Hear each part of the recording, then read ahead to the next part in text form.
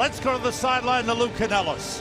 All right, thanks very much, Sam. As has been reported the last couple of days, Brandon Marshall is not with the team. Met with Mark Trestman this morning. Again, he said it is an excused absence, no problem. He's excited that he'll be back come next week to start the week of practice and expects him to start a week from Sunday here at Soldier Field, September 8th against the Bengals. Speaking of starting, Coach would not name the rookies, John Bostic, Kyle Long, and Jordan Mills, starters just yet, but he did tell us that neither of the three will play. Doesn't like to do that with rookies, doesn't like to give them a sense of entitlement, but realizes their safety and health is most important. Sam, back to you. Thanks, Lou, which would indicate, Jim, that those guys are ready to start the season. Yeah, absolutely. I think they're going to roll with the young rookie right guard and right tackle. And, hey, Jonathan Bostic has been amazing through the preseason games. 8 tackles last week versus Oakland. And then you got to believe they got to get DJ Williams healthy. You don't want that injury to hurt yourself throughout the season. Robbie Gould kicks it off. Jermaine Cook takes it 8 yards deep and brings it out. Rookie running back for the Browns, returning across the 15-yard line, where he's brought down by Terrence Tolliver, number 81, 24-yard return. We will pick up the lineups as we go. As we mentioned, starters, the regulars will not be in there. The backups will be playing most of the time. You see Kasim Green, he'll get a lot of time at linebacker. They're excited about Kasim Green. He's a 2-time All Big East player. That's saying a lot because there's only 2 players that have done it in the history of the Big East, and he's perfect for the Bears defense. He causes a lot of turnovers. You know, at Rutgers, as he was a 4th-round draft pick, hey, he had 7 interceptions, he had 12 forced fumbles, and 5 fumble recoveries. He's a ball hawk, fits perfectly in the Bears defense. The quarterback for the Browns is a Michigan State man, Mr. Miller. Brian Hoyer gets the start. Nobody realizes the quarterback. And he puts it up deep on first down, and he's got Josh Gordon wide open across midfield and down inside the Bears 40 to the 37, a 45-yard pass play. Yeah, did I say the quarterback factory that Michigan State is? Brian Hoyer comes out slinging the ball. Let's face it, Josh Gordon he's a 2nd-round supplemental pick. He's going to be suspended through the first couple games for the Cleveland Browns, but this guy can stretch the field, good talent. Need better play by the corner there for the Chicago Bears. Good job over the top by Brandon Harton, the safety, to make the play. Ball spotted at the Bears 39, and on the carry, good penetration. Brandon Jackson carrying a loss of 3 on the play. Bears had that one sniffed out. Up front for the Bears, Ashton Whiteside, number 71, and Cornelius Washington, number 78, are the defensive ends. Christian Tupou, number 64, Zach Minter, number 76, are the tackles.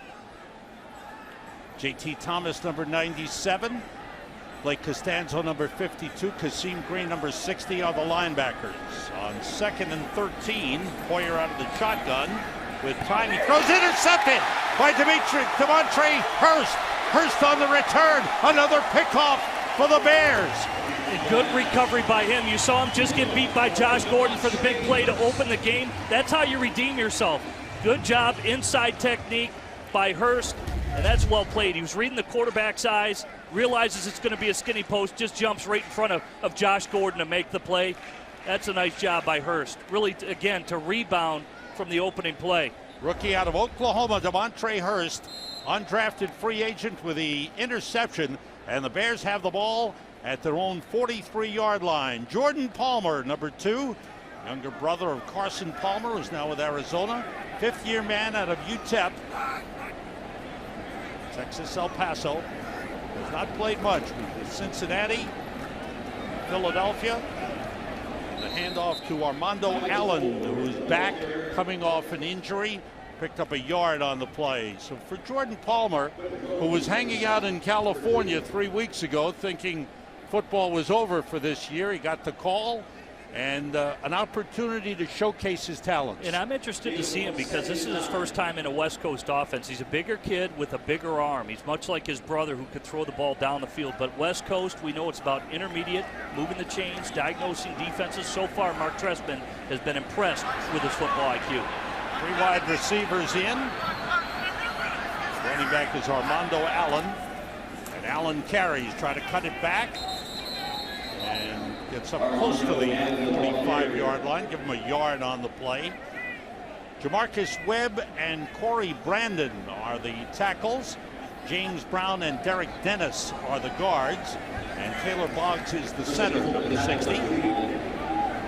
The offensive line for the Bears. And this is an important game for a guy like Jamarcus Webb. This could be his last game as a Bear. Who knows? He's got to show something. He's got to show something that he can be the swing tackle. They're still waiting to see how Jonathan Scott and his right knee is coming back from rehab from a minor surgery. So this is a big night for Jamarcus Webb. He really has to showcase that he can be a guy that can be counted on. 3 wide receivers, draw play to Armando Allen. Big hole! There's a flag on the play as Allen gets down to the Browns.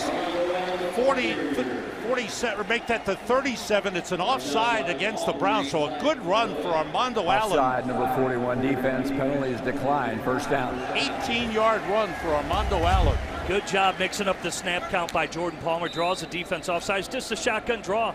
Takes advantage of the scat back abilities of Armando Allen, who's coming back from a hamstring, and he's in for a battle too now. Michael Ford out of LSU was impressed during the preseason. Good to see Armando Allen getting a big run.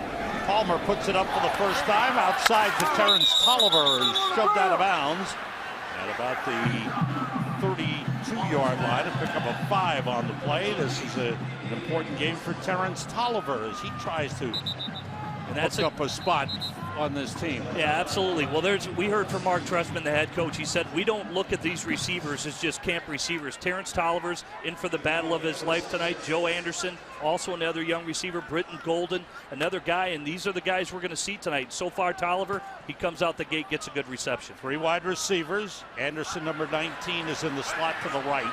Wide left is Britton Golden, number 82. On the rush, he dumps off the screen pass that falls incomplete.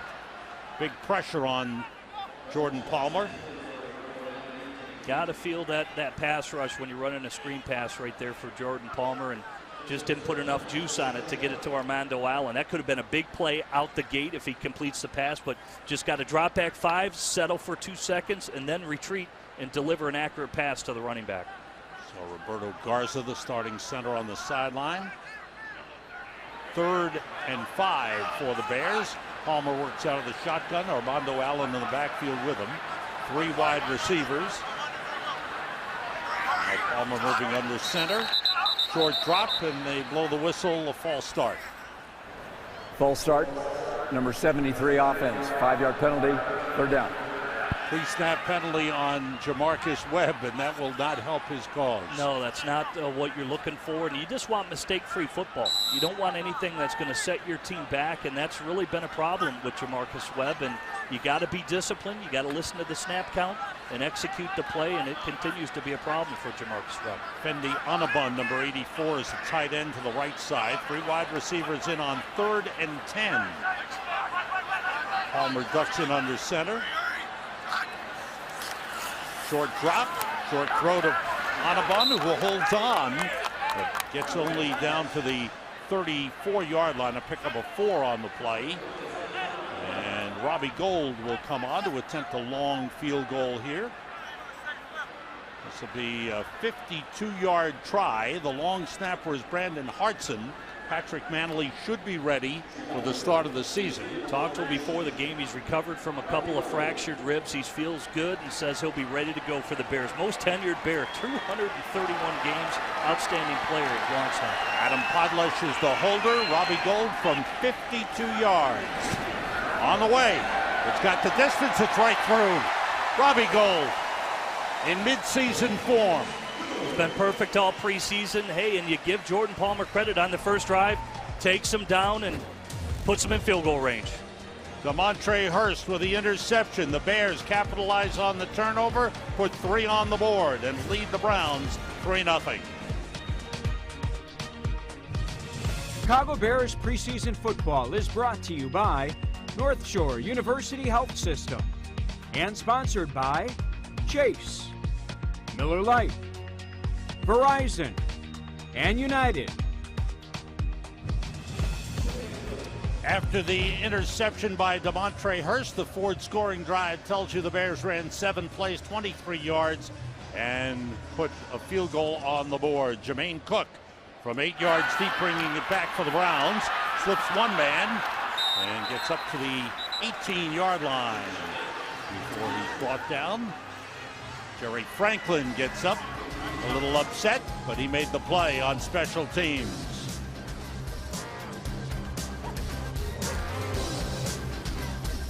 Call Star NFL, that's star 635 to get NFL Mobile from Verizon, the official wireless provider of the Chicago Bears. Airtime, message, and data rates may apply.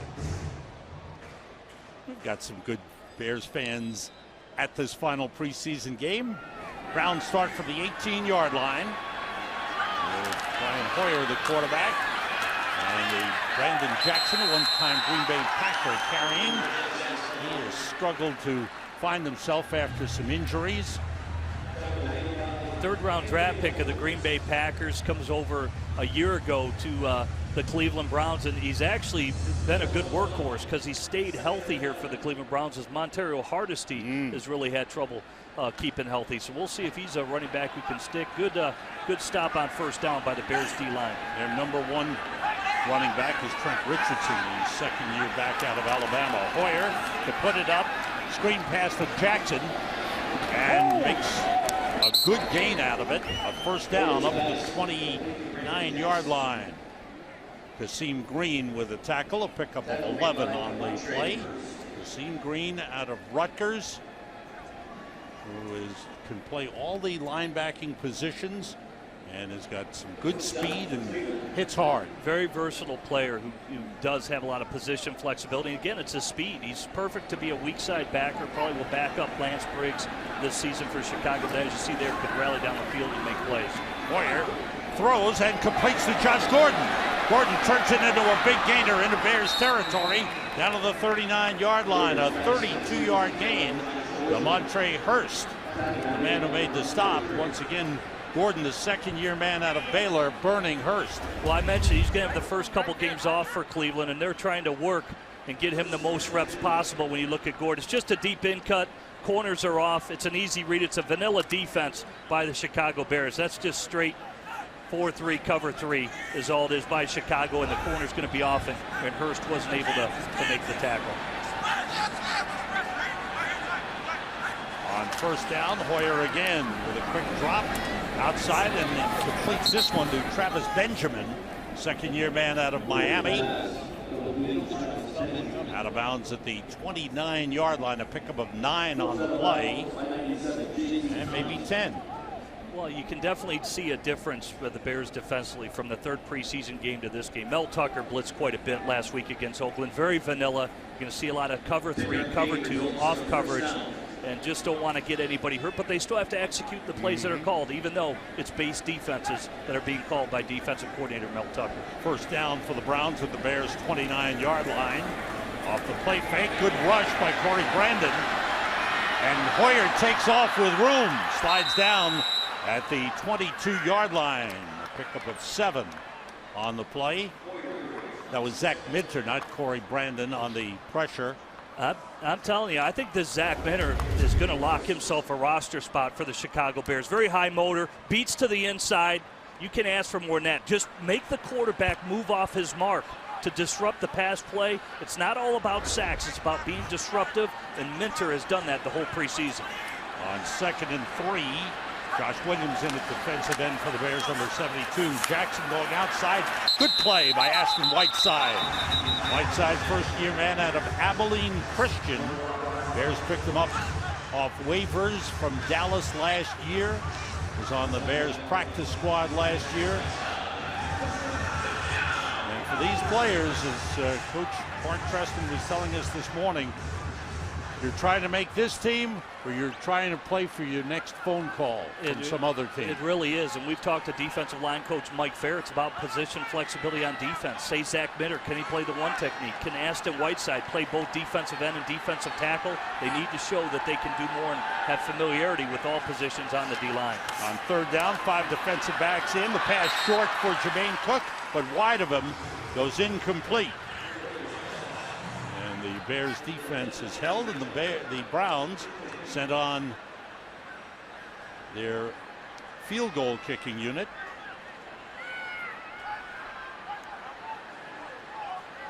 Spencer Lanning, that is Rob Chudzinski, the first-year head coach of the Cleveland Browns, had been offensive coordinator with Carolina for the last 2 years. That kick is wide.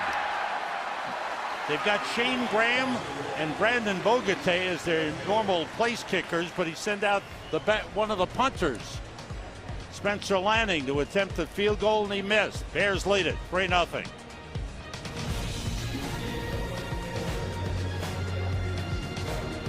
Expert teams exploring new treatments. At North Shore University Health System, excellence is all around you. You can send a question about the Bears to us here in the booth through Twitter by using the hashtag CBNetwork. We might answer it later on the air, later on in the game. Michael Ford is in at running back, number 32 for the Bears. Jordan Palmer stays in at quarterback. From the 31, nice pickup by Ford. Ford trying to take that number 3 running spot. And you look at the Bears, off to a fast start. How about Demontre Hurst gets the party started with an interception. Then Armando Allen on the draw play shows his hammy's good. He sets up the field goal. Robbie Gould has been perfect all preseason. Nails it from 52 yards. Nice run by Michael Ford on first down. Picked up 11. First down just short of the 42. 2 tight ends in. Fendi Anabun and Kyle Adams. Anabun number 84, Adams number 86. Here's Michael Ford again. And gets a couple of yards up to the 45. We'll give him 3 on the play.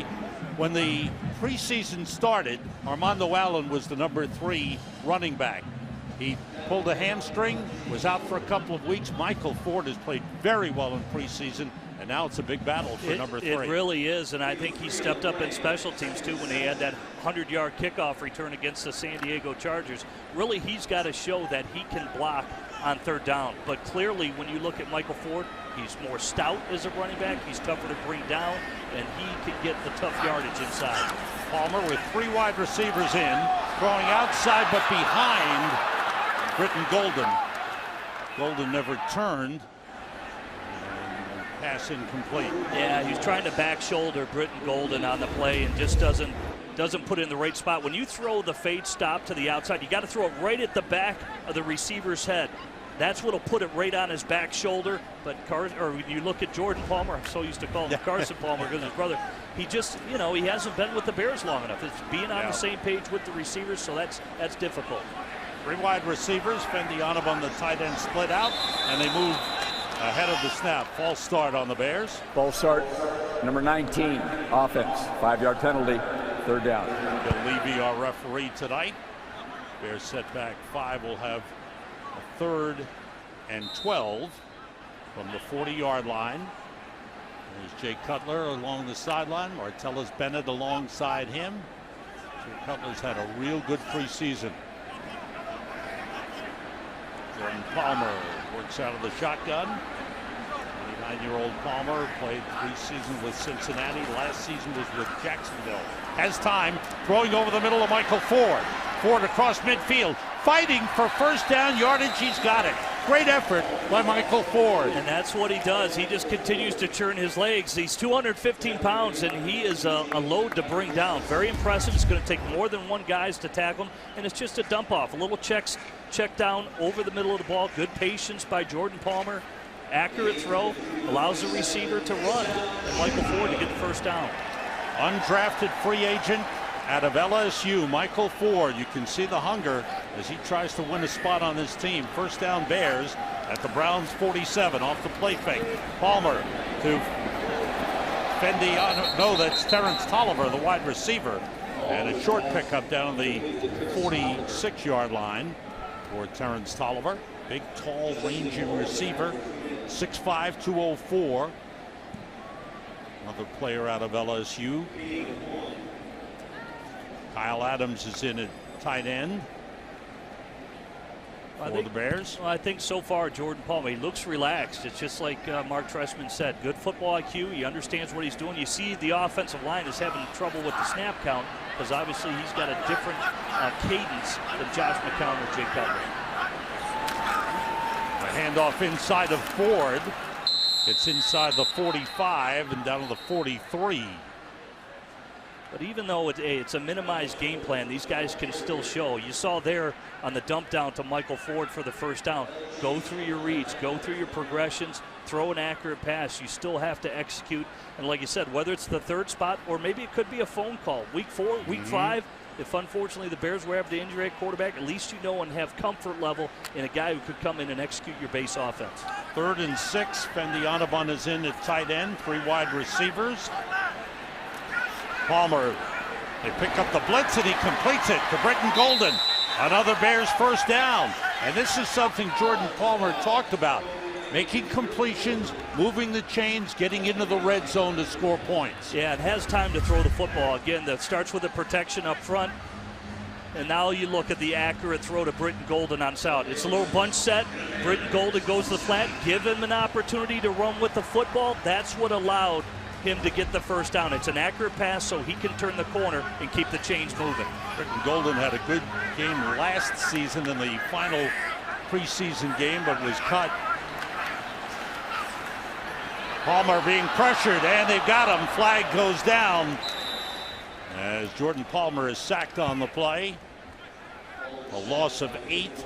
Quentin Groves. Holding, number 84 offense. Penalty is declined. 2nd down.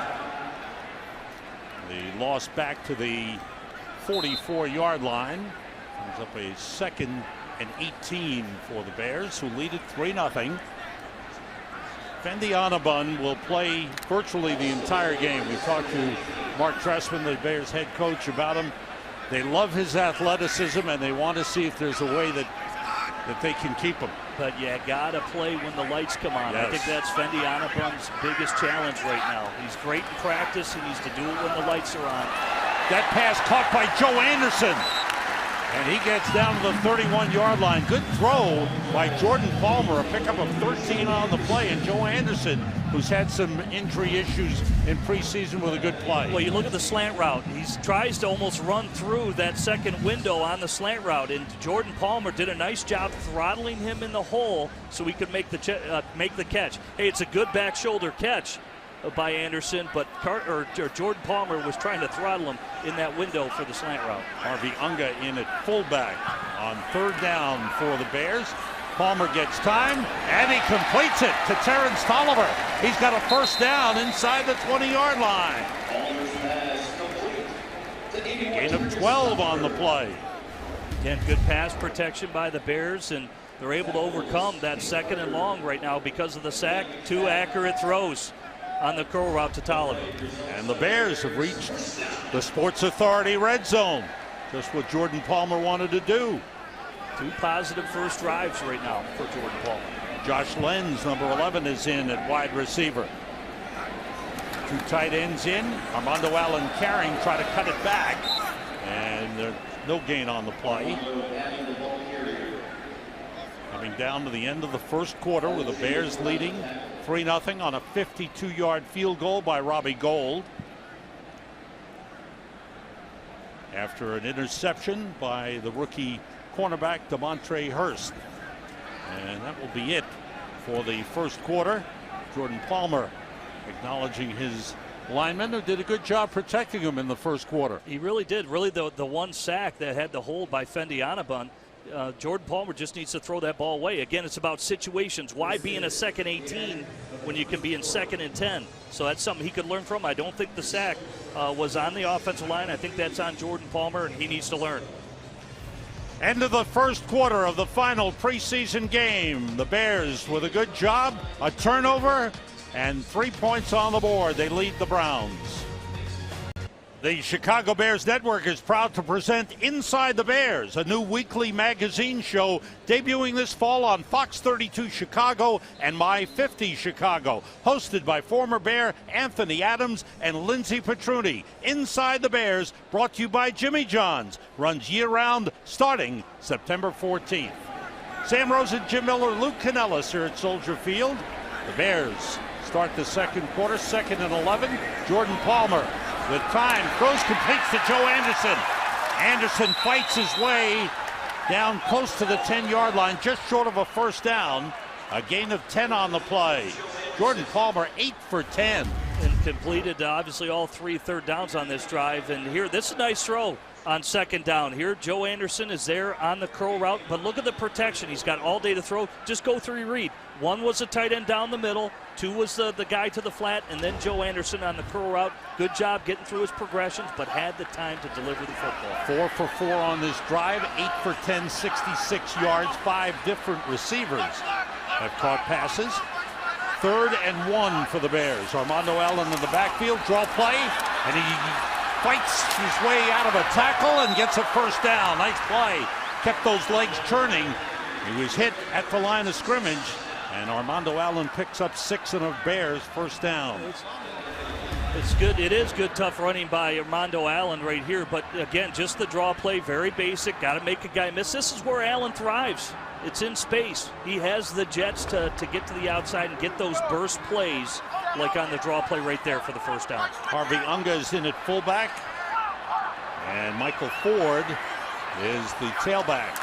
On 1st and goal, it's Ford inside the 5, and he is pulled back at the 4-yard line.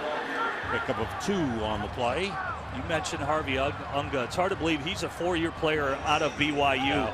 And just hasn't played much. Was on IR the first couple years, practice squad a year ago. And Fiametta has played nice. Tony Fiametta's laid some great blocks down there at the goal line. So Harvey Unga really needs to bring it tonight.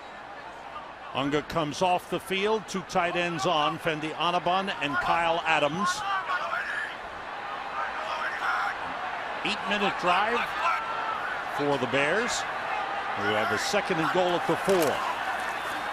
Ford slipped as he tried to cut it back, and it's a loss back to the 6-yard line. Bring up a 3rd and goal. Tank Carter, the linebacker from TCU, making the stop on Michael Ford. Adams comes off, and a 3rd wide receiver comes on, Britton Golden, number 82. Britton Golden, Terrence Tolliver, number 81. And Joe Anderson, number 19, the 3 wide receivers. Fendi Anabun is the tight end. On 3rd and goal.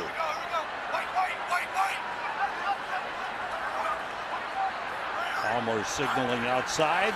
Short drop, fade into the corner. Caught by Anderson for a touchdown. Good read and recognition by Jordan Palmer there. And here's why. He realizes it's press man-to-man coverage. He actually audibled on that play. You saw him signal before the route. Just let his receivers know, hey, change your route. And then it was a nice back shoulder throw to Joe Anderson. And Joe expected it there. So that's good relationship with his receiver, and that's the way you make some splash plays. That's an impressive drive for the Bears of 69 yards. And Jordan Palmer, 5 for 5 on that drive. Or the Bears, 5 for 5 on 3rd down conversions on that drive. Palmer had a real strong effort. Extra point, Robbie Gould is good.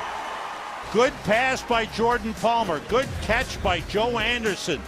And it caps off an outstanding 69-yard drive. Bears lead 10-0.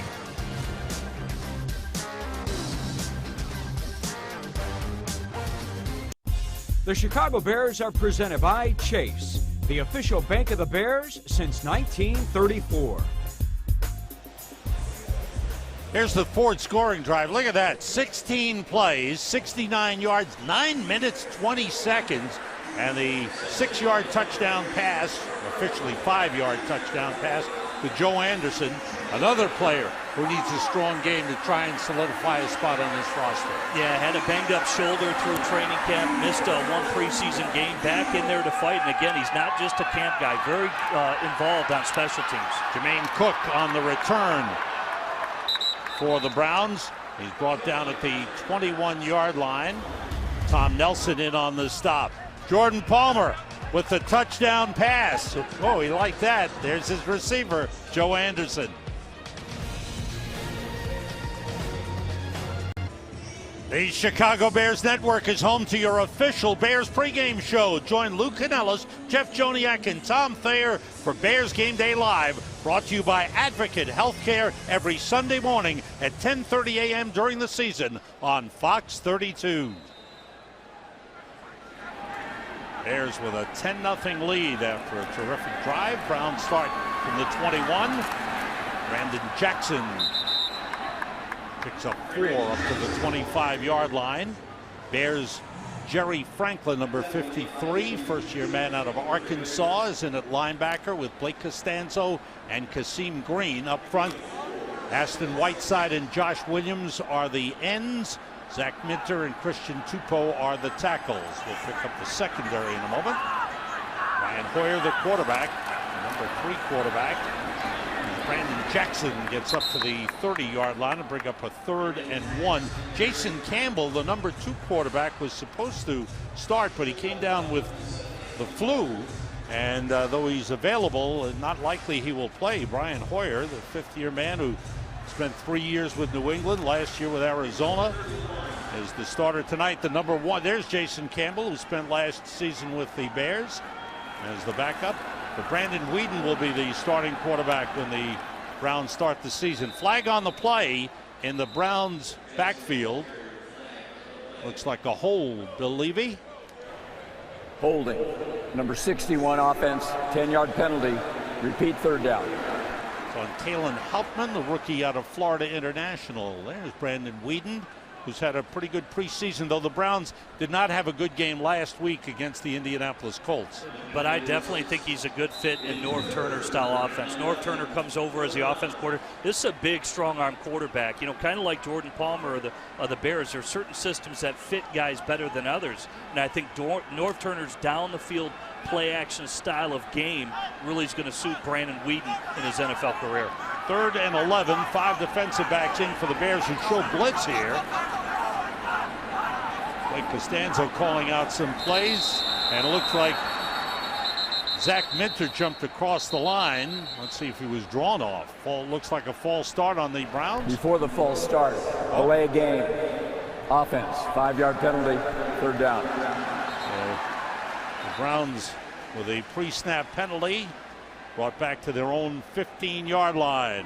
Yeah, it's on the quarterback. It should never happen. You're right. Brian Hoyer actually comes with pretty good experience. Undrafted out of Michigan State. Goes in, backs up Tom Brady as a rookie. And then they elect to release him when they drafted Ryan Mallett, and he bounced around from Pittsburgh to Arizona last year, and he's been late to the camp here for the Cleveland Browns. 3rd and 16. Hoyer completes it to Jermaine Cook out of the backfield. He gets up to the 29-yard line, but short of the 1st down. Kasim Green with the tackle, and the Browns will be forced to punt. Bears doing some good things. These backups getting real good playing time. That's Josh Lenz, who was a good return man in college, wide receiver for the Bears out of Iowa State. Spencer Lanning, who was in training camp with the Bears 2 years ago, with the punt. Lenz from the 15. Didn't get much. Didn't get shoved back. Got a couple of yards on the return. They'll spot it at the 18-yard line. 56-yard punt for Spencer Lanning. Bears doing some good things in this final preseason game. They lead it 10-0, and they have the ball. Home for the most live sports.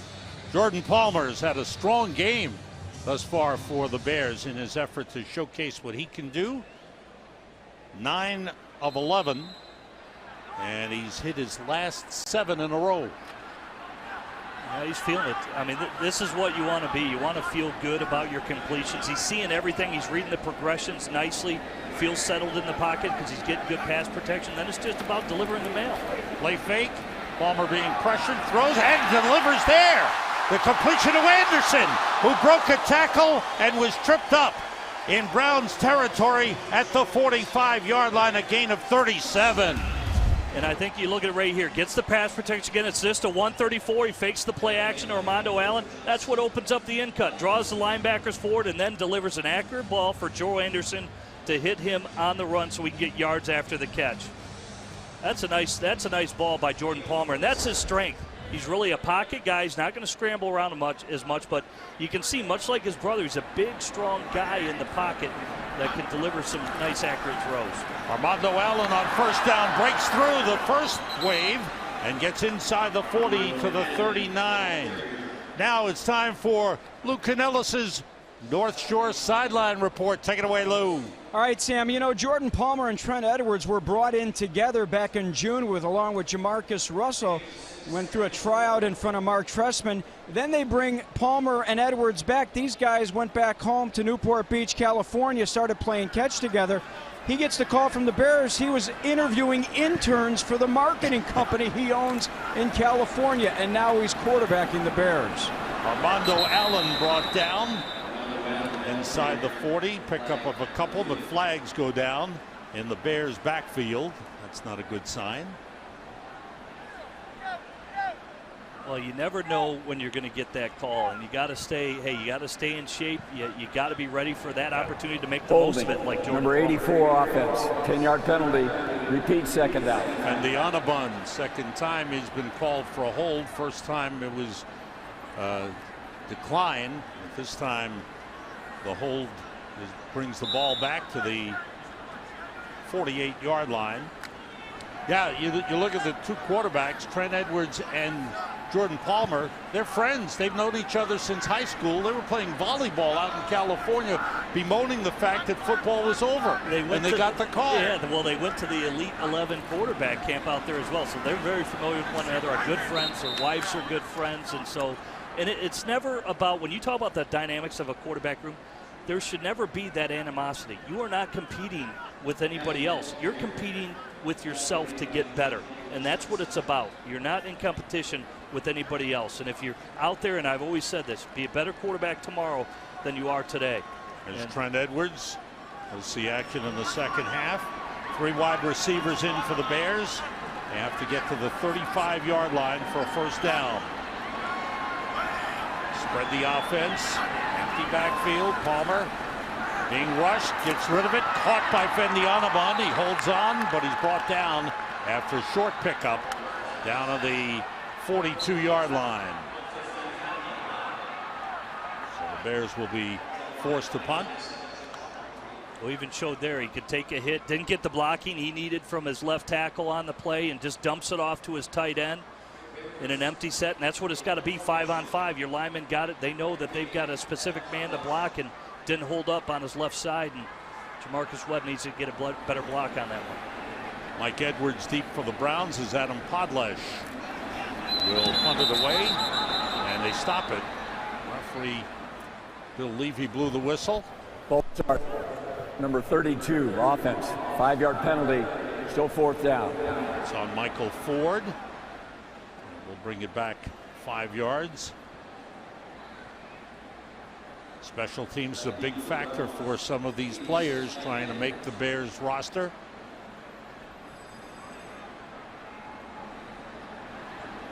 Once again, Podlesh standing at his own 42. Puts the nose down, kicks it high. Edwards takes it at the 6. Looks to return. Bears have it covered. Tom Nelson, number 46. Jerry Franklin, number 53. Well covered by the Bears. 41-yard punt. Browns will start at their own 9-yard line.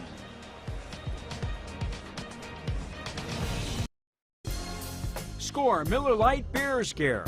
Visit your local retailer now through November 15th for more details. It's not just a good time, it's Miller time. Back at Soldier Field, Browns first down at their own 9-yard line. Bears secondary, DeMontre Hurst and C.J. Wilson, the cornerbacks. Anthony Walters and Brandon Harden are the safeties. Jermaine Cook carrying. Gets across the 10 to the 11-yard line. Time to look at our North Shore playbook. Jim, what do you have for us? Well, you look at right here. Watch Jordan Palmer key the strong side linebacker Tank Carter to open up his deep in cut there to Joe Anderson. So when you look at the play, he just watches Tank Carter. That's what opens. See, he goes up on the fullback. Boom. That's what opens up. That's called a high-low. It's a zone coverage. He realizes the linebacker jumps up. It's an easy read. Let it declare itself. Hits Joe Anderson in stride. That's a good read by quarterback Jordan Palmer. 2nd and 8. Empty backfield as they split out the running back Jermaine Cook. That pass incomplete. C.J. Wilson was covering on the play. David Nelson, the intended receiver. Nelson, who was injured in the first game of the season last year against the Jets, tore his ACL, and this is his first action since then. And we've seen, hey, I think it's a big night for not only Nelson, but also Brandon Harden. I think right now when we talk about numbers on a roster, right now you're going to say probably Anthony Walters, and we look at Craig Stelz, they could be the backups to Major Wright and Chris Conte, so they need to show and have a big night tonight. 5 defensive backs in. Sherrick McManus, the 5th DB. On 3rd down, time for Hoyer. He throws outside. He's got a man, and he completes it up across the 25-yard line to the 27. Torrey Gurley, first-year man out of South Carolina, with a catch and a pickup of 17, a first down for the Browns. That time Hoyer had plenty of time. Yeah, I'd like to get more pressure up front. They elected just to bring their front four. And again, that's where I've said Mel Tucker's been more aggressive in the preseason with blitz. Even in this game, he's shown blitz a little bit. Last year, when you think of the Bears, they had 41 sacks. 38 of them were by the defensive lineman alone. They want to see if these 4 can do it tonight. Blitz coming for the Bears. And though Walters missed, the Bears shutting down the run. Short pickup up to the 30-yard line.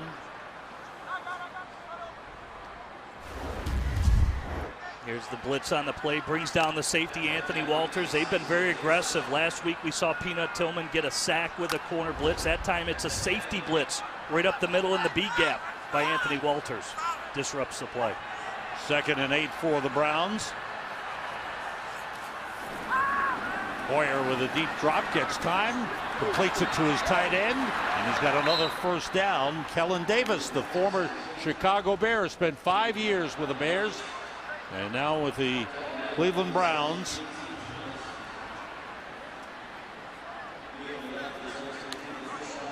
There's Kellen out of Michigan State. 12-yard pickup, a first down. Cornelius Washington back in at defensive end for the Bears, number 78. On first down, Jermaine Cook slowed down. Blake Costanzo wraps him up. Gain up 3 up to the 45-yard line. That's a nice job by Blake Costanzo. Fights off the guard to rally to the football to make the tackle. He's been a steady Eddie, not only as a special teamer, and I think it's going to be interesting how the linebacker position shakes out, because I think J.T. Thomas has done a great job on special teams as well. Well, you know Lance Briggs will be there. DJ Williams is getting better. He's starting to work on his conditioning. Don't know if he'll be ready for opening day. Jonathan Bostic has had a terrific preseason for the Bears and looks like the likely starter on opening day. James Anderson, there's a pass completion to David Nelson. Nelson wrapped up after a pickup of 3 up to the 48-yard line. Montre Hurst has had a good couple of plays and been beaten on a couple of plays. Almost had swatted that one away when you look at Hurst. Just didn't get his extension he needed to bat that ball down. He was a 3-year starter at Oklahoma, undrafted free agent. There's 3rd and 3 for the Browns out of the shotgun. Hoyer throws for Nelson. He dropped it. Covered by Sherrick McManus on the play.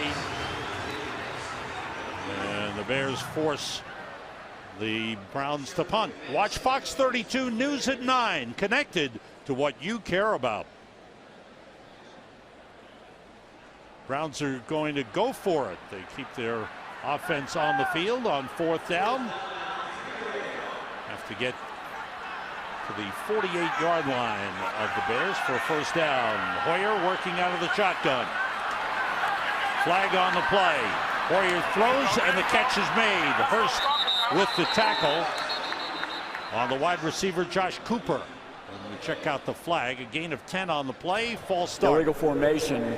Offense number 81 was not on the line of scrimmage. 5-yard penalty. 4th down. Kellen Davis. And Bears fans are too familiar with that out of Kellen Davis, the former tight end of Chicago. And illegal formation can happen, especially in a big spot. And I think he's in a battle over there in Cleveland to make that roster as well. With the penalty, the Browns bring on the punting unit. The man they signed this week, Colton Schmidt, rookie out of Cal Davis. He was cut by the 49ers in the cut down early in the week. And Davis with the punt. Josh Lenz watches it bounce. It bounces past him and rolls to a stop at the 6-yard line. The Bears will start deep in their own territory after a 50-yard punt. The Bears lead it 10-0. Hear all about what's happening with the Bears from those making it happen. It's the newest radio offering by the Chicago Bears Network, the Bears Coaches Show. Brought to you by McDonald's. The show airs Monday nights at 6:30 p.m. all season on WBBM News Radio 780 and 105.9 FM. Bears from the 7-yard line with Michael Ford and Harvey Unga in the backfield. Jordan Palmer remains in at quarterback and puts it up. Has time, jumps it off to Ford. He dropped it. He turned his head to look upfield, see who was around him, and he dropped it. They were going to take a shot downfield. It's a deep play action pass, but nothing was there. Lenz didn't get over, tried to dump it off to his back. Chicago Bears preseason football is sponsored by Xfinity, Advocate Healthcare, McDonald's of Chicagoland and Northwest Indiana, and Chicagoland Cadillac dealers. You never know when that opportunity will come. Jordan Palmer got the call, and he's trying to make the most of it. 11 for 14. He had hit 9 in a row when he got that drop from Michael Ford. He was going to try to go downtown, waiting to see the speed from Lenz on the outside. Just tried to dump it down to Michael Ford, and he tried to turn upfield before he had the ball in the breadbasket. So got to do first things first, catch the football, but still a very excellent read by Jordan Palmer, who's had a nice half. Yes, he has. Trent Edwards will play the second half for the Bears, who have 3 wide receivers in. Bears have all 3 of their timeouts. Just under 2 minutes to go in the first half. 2nd and 10. Fake the end around. Right up the middle comes Ford. Big hole. Breaking a tackle. He slips. And he goes down at the just short of the 35. Good run. He has that good burst. Nice burst of it. I think he shows the speed off right there for a bigger back, 215 pounds. Good inside zone read, cuts it back, and he almost took this one to the house. If he makes that cut, he may be gone. That's good vision by Michael Ford. He has been impressive this preseason for the Bears. Up to the 34-yard line. Number 27 for Michael Ford. That pass gets batted down. Trying to go to a flat to his tight end, Fendi Anabun on that play, just gets batted down at the line of scrimmage. Corey Brandon, the left tackle, that's where those tackles, they got to punch those defensive linemen square in the chest. Won't allow them to get their arms up to bat that football down. Offensive line has played the entire first half. Corey Brandon at left tackle, Edwin Williams the left guard. Taylor Boggs the center, James Brown the right guard, and Jamarcus Webb the right tackle. Not James Brown, excuse me, Derek Dennis is the other guard. There's Palmer on 2nd and 10. He's being rushed, and he gets rid of it as he was being ridden down. Strong rush on the play by Brian Sanford. And there's a flag, it may be intentional grounding. It's good feel on the backside, feeling the pressure. Fendi Anabun, and you look at Corey Brandon, they cannot allow that to happen. But when you look at Jordan Palmer, he felt it. That's the sixth sense. Intentional grounding, loss of down. Offense number 2, 3rd down. Jordan Palmer was not outside the tackle box when he threw the ball and didn't get it back to the line of scrimmage. He tried to roll to his right, like I was saying. He had the sixth sense to, hey, I know I feel something back there. It's not right. Let me feel it and roll to my right. Just didn't get far enough outside the tackle box, but had the wherewithal and the headiness to try to throw the ball away. Ball at the 21. Bears have to get to the 44 for a first down.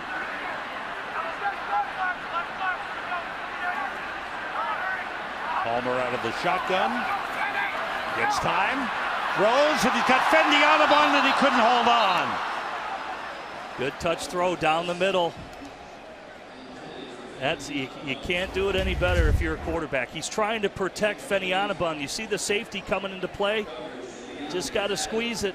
That ball's got to be caught. That's a great accurate throw by Jordan Palmer, trying to protect Fendianabun. He doesn't want him to get lit up by the safety. He's got to squeeze. You see Jordan, he's a little upset. He knows that could have been a completion. That would have been a big one. Adam Podlesh in to punt. Like Edwards back deep to receive for the Browns from the 30. Armando Allen was there to grab a handful of jersey and slowed him down. Good coverage by Allen on the play. There's a flag down. Armando Allen, the first man down, did a good job of slowing down Edwards before he could get going. Bill Levy checks it out. Number 19 of the kicking team went out of bounds on his own. 5-yard penalty will be enforced from the end of the run. Timeout. Well, it's the gunners for the Bears, both Terrence Tolliver and Joe Anderson. There's Anderson down the sideline battling, and they said he stepped out on his own. 5-yard penalty on the call. On first down, Warriors throw is complete to David Nelson into Bears territory. He's out of bounds at the 38-yard line. First down, a gain of 21 on the play. Good throw by Hoyer. Get your day off to a good start. Watch Good Day Chicago weekday mornings at 4:30 a.m. on Fox 32. Ryan Hoyer expected to play the entire game with the completion. As you look at Kasim Green, who played the entire game on defense for the Bears. Empty backfield. Hoyer gets good protection. The short pass caught, but wrapped up quickly. Demontre Hurst with the tackle, a gain of 3 on the play. Hurst really shows good reaction to jump on the football. Not only do we see the interception on the skinny post early in the first quarter, but even on the last couple drives, almost there to bat it down, and on that one, quick reaction to break up on the under shallow cross. Browns used the timeout. The interception by Hurst in the first quarter led to a Bears field goal. It was the 8th interception of the preseason for the Bears, who have been terrific. They picked it right up where they left off last season. They really have, and you listen to Peanut Tillman, a lot of the veterans, they feel they can be a better defense than what they were a year ago. Granted, they lose the veteran leadership of Izzy Adonijay up front, who's now with the Detroit Lions, but between Shane McClellan and Corey Wooten, they're counting on some young players to step up and really continue the tradition here in Chicago. Everybody out. That pass, a good one. And the catch made down to the 15-yard line by Brad Smelly, the fullback, who was in the slot. That was a nice catch by Smelly. Well, it's really good coverage by Chicago. That's just a heck of a throw by Brian Hoyer. You see Brandon Harden right there. He's trying to stretch out and lay out for that ball on the middle read, and he almost batted that one down. Smelly can play tight end. He lines up as a fullback at times. That time he was in the slot, made a good catch. And the Browns with the ball down at the Bears' 15-yard line with 42 seconds remaining in the first half. And the Browns have 1 timeout remaining. Bears with a 10-0 lead. As Coach Mark Trustman looks on. Blake Costanzo at middle linebacker. Jermaine Cook in the backfield with Brian Hoyer. The blitz coming, and Hurst has him. And the referee, Bill Levy, took a look and threw the flag. That'll be intentional grounding on Hoyer. Well, good reaction. Again, the blitzing continues. You can see that Bear pride. They do not want to give up a score before the half. Good speed by Demontre Hurst from the corner. He seemed to be a versatile player as well. Again, now you try to work these things out in the preseason. Is the guy more of a cover guy? Can he be a blitz guy? Let's figure out about this young player. Intentional grounding, number 6, offense. Loss of down. Additionally, the clock must be taken down by 10 seconds, with the game clock operator put 27 seconds on the game clock. Thank you. So loss of yardage, loss of down, and loss of time.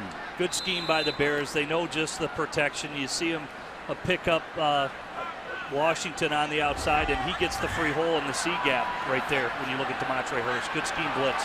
Ball back to the 31-yard line. Hoyer drops, dumps it off to Smelly, the fullback. Avoids one man, and then he's shoved out of bounds by Sherrick McManus. A gain of a yard at the 30-yard line. With 6 seconds remaining in the first half. And let's see what the Browns decide to do. Will they kick a field goal here? They're going to talk it over. They use their last timeout. Bob Chudzinski is the new head coach. One-time offensive coordinator of the Cleveland Browns. He was the offensive coordinator, and Mel Tucker was the defensive coordinator. Browns have had only one winning season in the last 10 years. You think Mel Tucker knows the pass protections of the Cleveland Browns? That's why he can diagnose that scheme blitz there that led to the sack by Hurst of the Chicago Bears. I just think right here it's the preseason. These games don't matter. They don't affect your record. That's why they're just working on plays right now. They want to see Brian Hoyer in action, want to see other players, what they can do, and the same for the Bears. And Bears will probably line up in a prevent defense, and it's, again, situational play that you got to be prepared for during the regular season. Bears have 5 players at the goal line. Hoyer out of the shotgun. Waits, throws it outside to David Nelson at the 20. Steps out of bounds at the 14-yard line with 2 seconds remaining. Gain of 16 on the play. And that sets up the field goal try. Better field position for the Browns. And they bring in Spencer Lanning to attempt the field goal. He missed a 41-yarder earlier. This one will be from 32. Colton Schmidt is the holder. Christian Yount, the long snapper. And this one by Lanning is good. So the Browns get on the board as the first half comes to an end, but a good first half for the Bears. Made some good defensive plays, and Jordan Palmer did a good job at quarterback. Joe Anderson caught a real good pass from Jordan Palmer. The Browns get on the board at the end of the half. The Bears lead it 10-3 at halftime. Solidifying his spot on the team and in the league, but showing young receivers how they need to run routes and the expectation of a pro quarterback when and how they're going to throw the ball. All right, that was Tolliver on the return, and actually a very short kickoff by Colton Schmidt, who does not come as advertised there. He is known for being able to boom the ball through the end zone, and I don't know if he mishit that one or what. It was returned out over the 20-yard line. Justin Staples from the University of Illinois and from St. Ed's High School on the tackle. No, like his punt. His punt ended up being a net of 51 yards. Probably not what he wanted to do. He got fortunate on the 15-yard bounce and roll. Trent Edwards in at quarterback now on first down. He's going to throw it out. Ford makes the catch. There's a flag down, and L.J. Fort makes the tackle for the Browns at the 25-yard line. But this is coming back. The Bears held. Illegal use of the hands to the face. Number 76 offense. 10-yard penalty. Repeat first down. Corey Brandon is hit with the penalty, and the Bears will get marched back. Now, Trent Edwards, Browns fans will remember him, the quarterback. He was out of Stanford and is out of Stanford, and he went to the Buffalo Bills. Browns beat him a couple of times when he was a quarterback there. He was with Philadelphia last, and now brought in here, and Jordan Palmer gave the Bears a very efficient first half. See what he can do on first down and 20 now from his own 15-yard line. 10-3 Chicago. Edwards throws. That ball's deflected and almost picked off.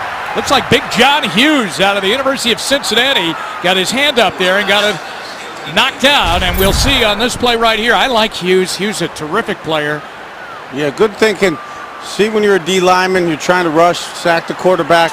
You realize after a certain point in time you're not going to get there. Put your hands up, look to deflect the pass, get in the passing lanes, disrupt the play.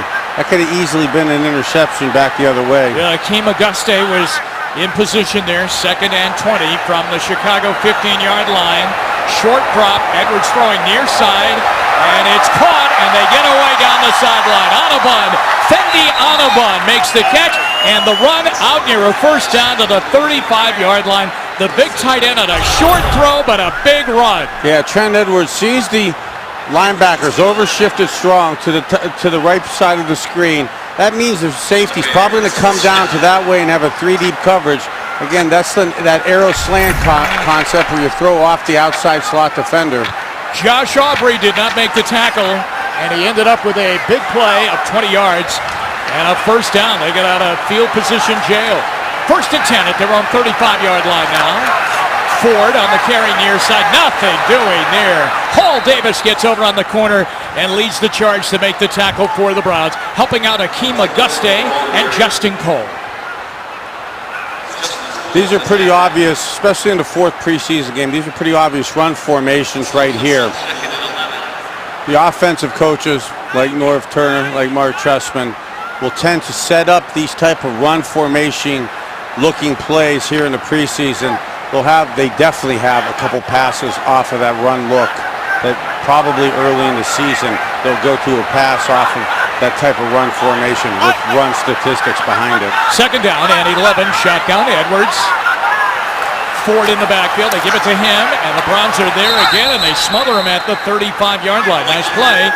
In the middle, James Michael Johnson, 2nd-year linebacker out of University of Nevada. He makes the play and gets up screaming after he made the tackle. This is a big second half for. You think so for James Michael? Yeah, he's right on. He's right on the bubble. Lots been talked about it. Again, not to keep saying the same thing, but not only is imperative a good performance to try to make the Cleveland Browns, but do yourself well, put yourself on film. Other teams are looking for that type of special teams demon, which he's been. It's a blitz. He throws, and Fendi Aunabon made the catch again. And he falls down into Browns territory at the 48-yard line. Trent Edwards on a hot read to his tight end. Nice job by Trent Edwards. Tough spot for Cole to be in the pass protection side of it.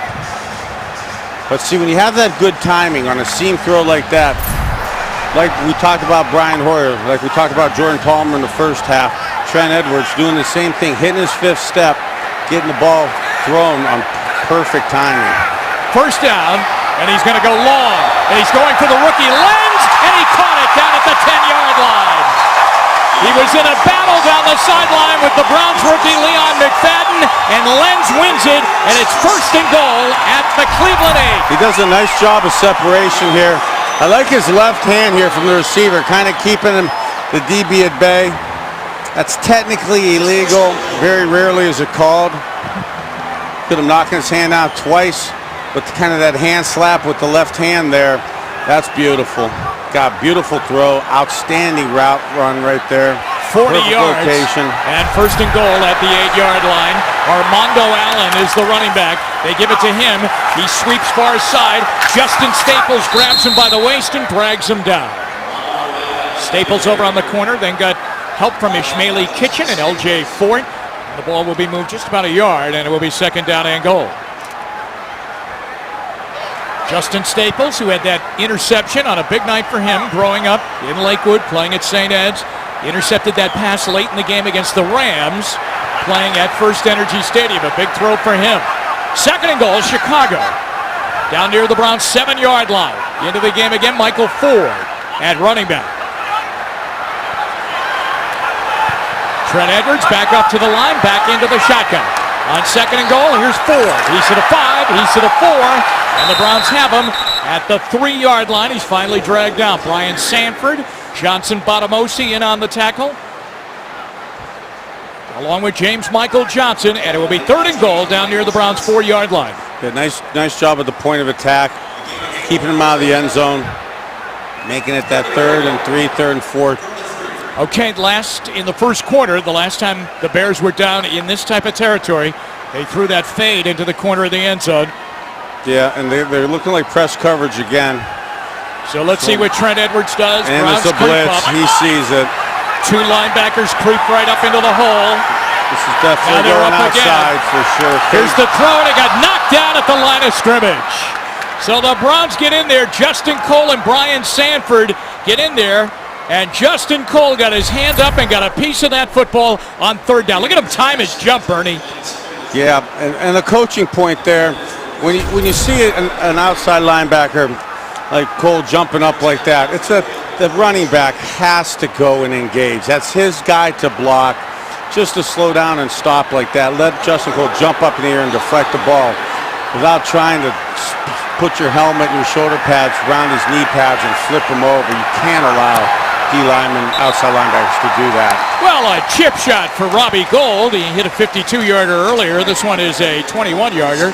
And the Bears, on their first possession of the second half, get 3 on the board. 9:35 when we come back. Left in the third quarter. It is 13-3 Chicago.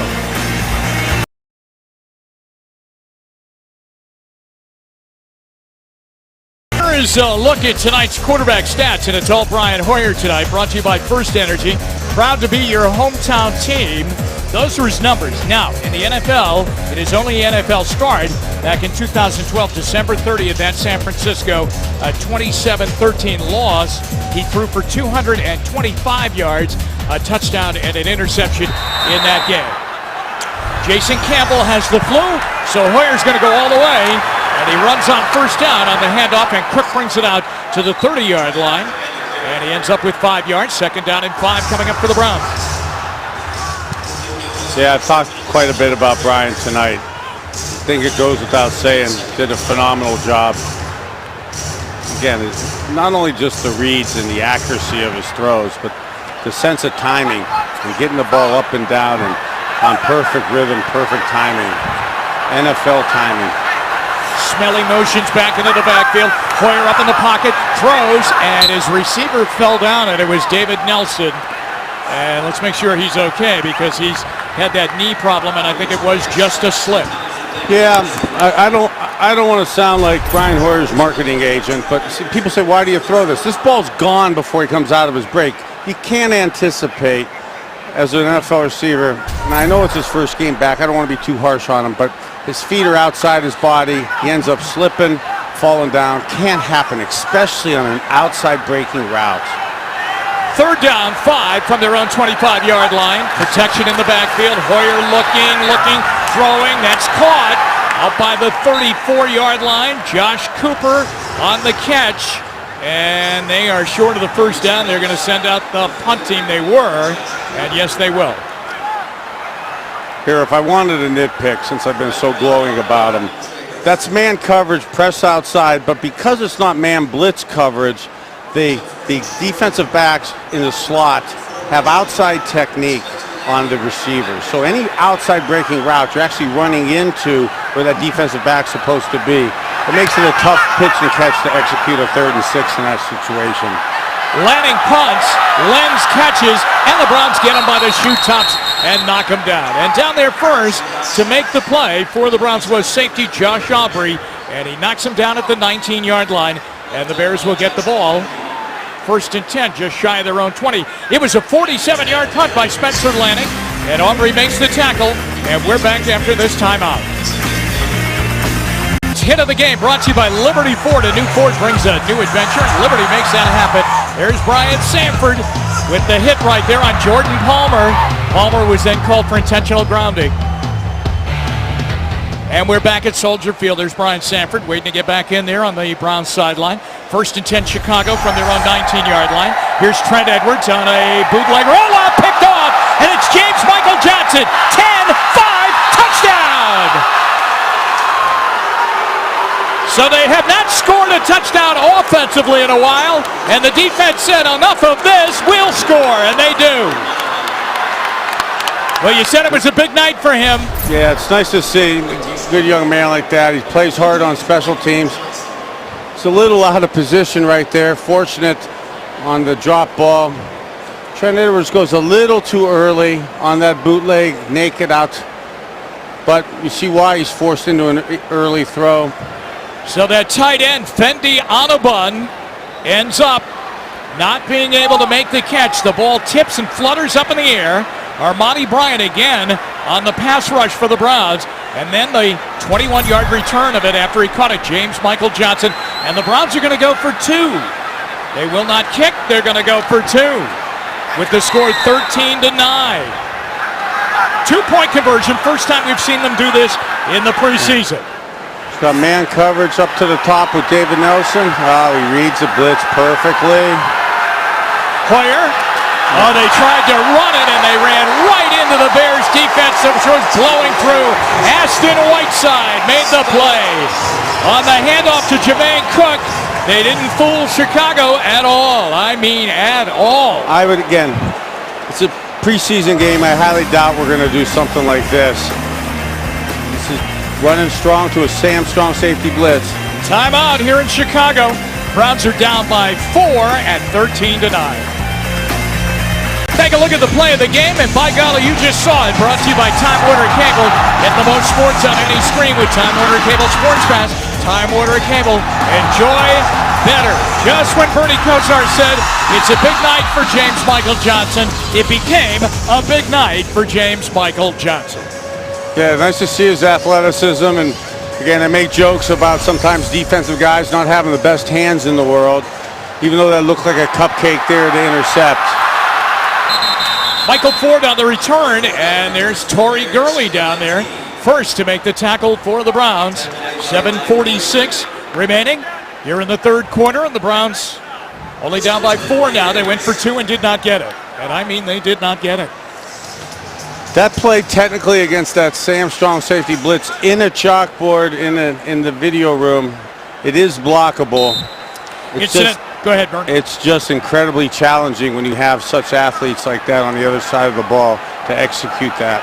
Armando Allen will be the running back now with Harvey Unga in front of him at fullback and Trent Edwards at quarterback.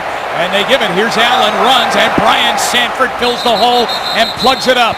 Along with Tank Carter and Johnson Botamosi. That's a no-gainer. Incidentally, from the Browns sideline now, injury to fullback Brad Smelly, a shoulder injury, and he went down underneath into the Browns dressing room to get checked out. 2nd down and 10. Trent Edwards looking over that Browns defense. I wonder if Brad Smelly came down on that that seam through where he caught up the middle of the field for the 20-yard gain. He came down on his shoulder.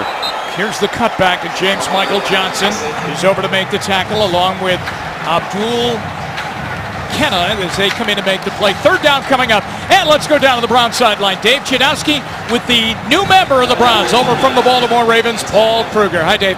Hey, Jim, thank you. Yeah, Paul Kruger, thanks for being here. Man, I got to believe you are ready for that season opener. Oh, yeah, we've been jumping at the bit. It's been a long camp and a long preseason, so we're ready to go. Everybody's fired up. Letting these young guys, get an opportunity to show that they can help us out, and so we're pretty excited. Paul, obviously you know about the Ravens, the Steelers, the Bengals now have that identity. Man, in Cleveland, fans want the Browns to have that identity. Coach Chud's talked about building that identity. Do you see the signs forming here in Cleveland that can happen? Absolutely. I mean, we work on that every day. The way we practice, the way I conduct ourselves in the meetings, and I mean, we're really dedicated to changing everything, changing the culture, and building a winner here. And so, man, I can't tell you how excited I am, and just feel like a big opportunity is waiting for us. How big of a deal is Ray Horton? It makes all the difference in the world to have a coach with that type of experience and just the way he composes himself. I feel like he brings a confidence to the defense that gives the players a lot of assurance. That's the one thing I've always respected about him is he coaches with confidence, and you play with confidence, and he lets you go do it, and so he's a difference maker for sure. You won a Super Bowl at Joe Flacco. Do you see any signs in Brandon Weeden comparing him? Do you see any signs that he could get to that point as far as leadership and talent? Yeah, I mean, talent-wise, he's got all the abilities. He's got a great coach in Norv that, he's created a lot of great quarterbacks in his day, and I think all the keys are there. The offensive line is one of the best in the league. So, I mean, all the opportunities there for him. He's just got to go get it, and I have all the confidence in the world in him. He works his tail off. He's dedicated, and he's a leader, and so we just got to go make it happen there. Paul Kruger, thanks so much for the time. Good luck this year. Yeah, thanks, man. Appreciate it. All right, good stuff there. No question about it. Jim, back up to you. Thanks, Dave. And Dave's talk with Paul Kruger was brought to you by Ram. Now, Paul Hazel, who had just joined the Browns after being cut loose by Jacksonville, was injured on that last pass rush and was taken to the sideline.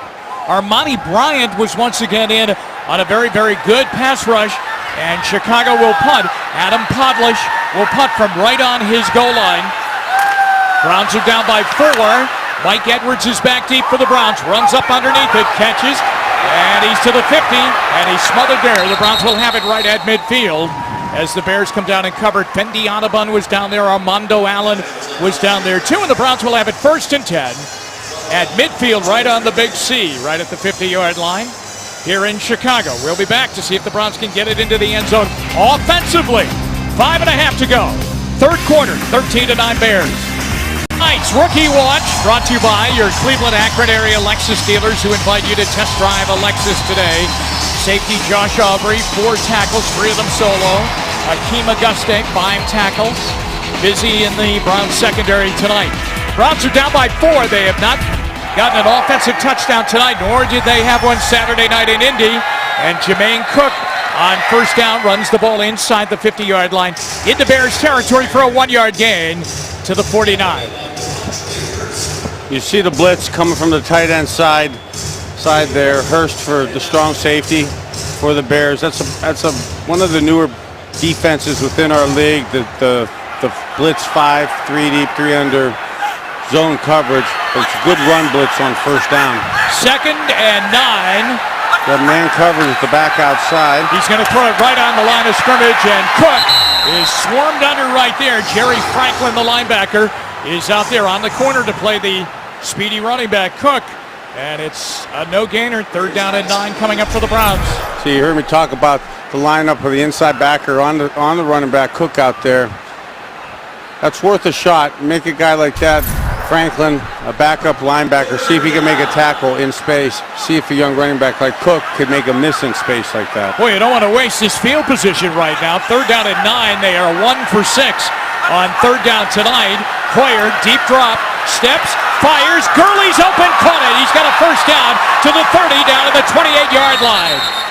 Torrey Gurley again, a nice big target. Gets up in the air, and Hoyer drills it right in there. Again, we hear me talk about with Chicago here. Look at Gronkowski clearing the middle of the field through replacing it with Curley on the square, and Brian Hoyer with perfect timing, knowing exactly where the seam, the hole's going to be. Curley settles down for a young receiver, nice in that hole. Fantastic play for third and long. 20 yards worth and a 1st down to the 29-yard line. Hoyer throws, Cooper catches, and he gets knocked into the sideline. Over there on coverage for Chicago, Sherrick McManus, and a gain down to the 24-yard line. Boy, that's the Cooper play, isn't it? I mean, every time I see him make a catch, it's on that tight little throw right to the edge. And it's the first time we've seen it in regular situations. I was 1st and 10, 3 receivers set. We've been seeing a lot on 3rd and 2, 3rd and 3. We saw it on 4th and 3 when we had the penalty. Nice to see Brian Hoyer. That's almost criminal to see a veteran quarterback take advantage on 1st down and basically steal 6 yards there. 2nd and 5. He got drilled. Oh, did he get hit? What a big hit. J.T. Thornton came in and nailed Hoyer back at the 31-yard line for a big loss of about 7. This goes without saying, but this really hurts. Well, he wasn't blocked. Well, he's supposed to be blocked, though. That's not Brian Hoyer's fault. That appears to be a hot. You see Crunk, the tight end, the older brother of the Crunk from New England, and Cook, the running back. They both go for the outside guy, leaving Thomas 97 unblocked. That's Brian Hoyer expects to be protected there. You can't make those mistakes in the passing game. 3rd down and 12. He's going to throw, and he's got David Nelson open, and he overshot him over his head at the 14-yard line. Nelson had curled in, and he was open at about the 13, and the ball was too high, and it's 4th down and 12. This is nice timing, nice route by David Nelson. He alligator arms it a little bit. But this is why a lot of defensive coordinators want to wipe out the quarterback as much as possible and take those hits. I'm not saying the play before definitely affected it, but you see his first pass today, Brian's been a little off with it, high with it, wobbled a little bit. 4th down and 12. They go for it from the Bear 31. Hoyer throwing. Nelson fell down again at the 15-yard line. and the ball goes over on downs. That's the second time tonight he has gone down. And again, that's cover 2. That little out route to the flat, the corner 7 route behind it. You're high-low in the corner. His feet get outside his body. Again, what does that mean when you said that twice about him? When you try to do things too fast, and it's natural because he hasn't played in so long. His first game out, first live action. He's trying to probably do too much, think too much, and he's not running within himself under the techniques that typically he's coached, typically he would do. Again, though, Brian Hoyer's throwing the ball perfectly. That ball's got to go out early like that, and the receiver has to keep his feet, because if you wait too long, you're not going to complete it at all there. Edwards throwing. Unga, the fullback, makes the catch, and he bangs off the Tank Carter, and then Justin Staples brings him down at the 38-yard line. So out of the backfield, the fullback makes the catch. Staples on the tackle, and it's a gain of 7, second down and 3. The Bears are trying to decide overall, are they going to go with a fullback? Would they go with 2 fullbacks or an extra tight end on their roster? And that's why Unga is in the game right now to try and make his point to stay. And he makes his point with a run to get them the first down over the 45-yard line out to the 48. Botamosi comes out of the pile with the ball, but it was dead. The whistle had blown it down. He was helped out of the tackle by Armani Bryant. You could see by just looking at the fullback Unga here, that's definitely a fullback, how big, strong he is. Typically within the passing of the NFL, the way it's going, it's been tending towards more tight ends, more receivers. It really hurts teams, though, in that short yardage and goal line, inside the 5-yard line on 3rd and 1s, 3rd and 2s, 4th and 1s, 4th and 2s, when they don't have a big, powerful fullback. And there's the fullback again, running, and Unga takes it, and he's sliced down by Johnson Botamosi. They're in Browns territory at the 49. I guarantee you on running and blocking plays, the outside linebackers, inside linebackers, strong safeties, they don't want to run into Unga, but they would definitely love to run into the 3rd tight end, because tight ends are becoming more pass catchers within the league, and their blocking has, especially at the point of attack, leaves a ton to be desired. Second down, 6 from the Browns' 49-yard line, and they're going to run the fullback again. Unga, and he is whipped down to the ground as the Browns got over there in the corner. Ishmaeli Kitchen is there, in on the tackle for the Browns. Also over there, linebacker L.J. Ford. In fact, he was there first, and Justin Staples there for the Browns too. And it's going to be 3rd down, 3rd and 7. Nice job of the Browns staying in their pursuit angles there. Like to kind of yell down to Unga there that he is a fullback. Probably don't try to get outside wide too many plays in a row. He's meant to battle it up in there, bang into the D linemen, bang into the linebackers. Well, that's going to do it here in the 3rd quarter. The Bears will let the clock run down, and it does. That is the end of the 3rd quarter at Soldier Field. We'll go to the final quarter of the final preseason game. Chicago leads over the Browns. It's the Bears 13, the Browns 9.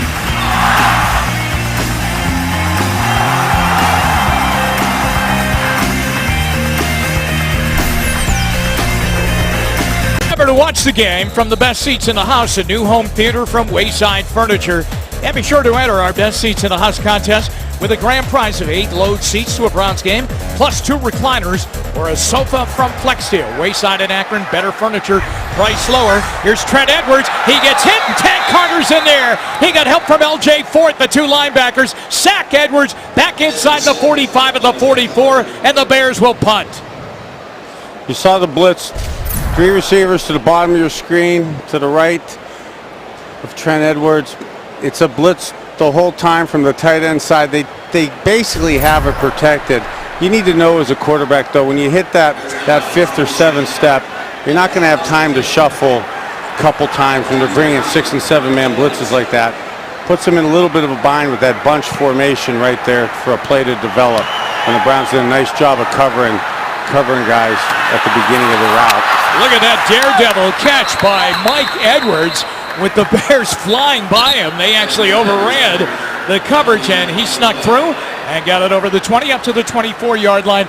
It's a punt of 38 yards by Podlish. I think he probably wanted to do a little bit more with that. There's a flag down on the play back up the field. Yeah, actually, I think there was holding by during the kick. By us. Number 96, receiving team. 10-yard penalty from the end of the kick. First out. All right, that's on the new Browns linebacker, Paul Hazel. Yeah, this is in the special teams coach's book of maybe sometimes how to delay those guys, the tight ends and the outside gunners, from getting down the field in punt coverage. You want to hold them up a little, and I'm not saying Coach Tabor is doing this, but you tend to want to hold people up at the line of scrimmage, not let those cover guys get down into the rush lanes right away. So sometimes you'll see, especially on the inside, like Hazel was right there, you can tend to get away with that a little bit. All right, the Browns will start inside their own 10, so that penalty was a big one. And they're at the 9-yard line. Miguel Masonette is into the game at running back for the Browns. We have not seen him since early in the preseason. The Bears show a safety blitz. Hoyer drops. It's a screen. Masonette's got it. Not much. Over the 10, out to the 11. Give him 2 yards on the play. Safety Tom Nelson came in there, made the play. Nelson in the fourth quarter right now trying to fight for a job. He's a heck of a special teams guy, but he's trying to make this roster. Nice job there. That's actually one of the checks that Coach Tucker, I learned from him, and they were going to play cover 2. When you motion down into a tight set like that from the flanker side, the secondary ends up checking into a cover 3 look like that and just rushing 4. Hoyer out of the pocket, running for the second time tonight, and with a belly slide. He goes out over the 10-yard line, just short of the 14-yard line, and it will be third down coming up for the Browns. You know, as unorthodox as this slide looks, with the way the new rules are, when you slide feet first, it goes to right where you start sliding and the ball is. So he ends up probably being back 3 or 4 yards. When you dive head first like that, you get the benefit of that extra 3 or 4 yards. So instead of 3rd and 9, 3rd and 10, you get 3rd and 5.5, 3rd and 6. And they're at 3rd and 5. Blitz coming. Hoyer steps. He's throwing for David Nelson, who goes up in the air, and it's picked off. McManus up in the air. Sherrick McManus picks it off, and they're at the Browns' 44-yard line. It was a 50-50 ball up on the sideline. Nelson and McManus had inside position and won it. He won it, but when you're 6'5", 215, and again, I don't want to be too harsh, this being his first game back after a year of the top surgery, but you can never let that defensive back make that play. There's no way. And with that, we will take a timeout. Bears 13, Browns 9. Replay of the game brought to you by PNC Bank, the official bank of the Cleveland Browns. There, those 2 linebackers sandwiching Trent Edwards, LJ Fort, Tank Carter. But after an interception, Bears ball with a 4-point lead, and they have it at the Browns' 44-yard line. Harvey Unga, the fullback, carries. Paul Hazel trying to get him, but Unga will get a first down all the way down to the Browns' 31-yard line. Not running like a fullback there. Let's go down to the Browns sideline. Dave Chinowski's there with one of my favorite players, DeQuell Jackson. Yes, he is the great DeQuell Jackson. Jim, thank you. DeQuell, I know when you put that uniform on, you want to get out there every time, but good chance to watch some of these younger guys in the backups. How do you think they're doing tonight? I think they're doing pretty well. I think beginning of the game, guys had a little nerves going, but defensively, guys have settled down. I think from a team standpoint, we're doing what we need to do. It's an opportunity for young guys to get a lot of reps, and they're doing pretty well right now. DeQuell, no one's been here longer than you. I know you want to win. I know you're tired of losing. Browns fans are tired of losing. Is this it, man? I mean, do you see the signs that the winning is finally going to be here? I think a lot of credit has to go to Chud. I mean, he's creating a winning environment in the building, and it's got a great effect right now. You know, obviously there's a lot of work to do every week, week in and week out, but right now the base is set, and I'm looking forward to Miami. Yeah, and it's not like you want to put down any of the other regimes, but you just see something more special here. Yeah, just from top to bottom, the leadership. I think we're doing things first class now, and not to take anything away from past leadership, but right now we have a first-rate organization, and it's going to trickle down to the players. And obviously Sunday you'll be able to see a better brand of football once we start this regular season. How big of a deal is that first game? Because I mean, the Browns never win that first game. It's important to get that momentum going, isn't it? Especially with Baltimore the next week. Yeah, well, you want to win all of them at home. You know, that'll propel you into the postseason, and that's what we're talking about. We created this winning environment, and we work extremely hard in practice. Chud is an extremely great leader. To be able to stand in front of grown men every day and give us some words of wisdom, I think is great. And what we built thus far, it's been great. And you know, guys are excited about this regular season and look forward to it. Man, I love that answer. Talk to me about the front seven since you've been here, at least on paper. Is this the best front seven you've been a part of? Oh, absolutely. Absolutely. It starts with those guys up front and it ends with those guys up front.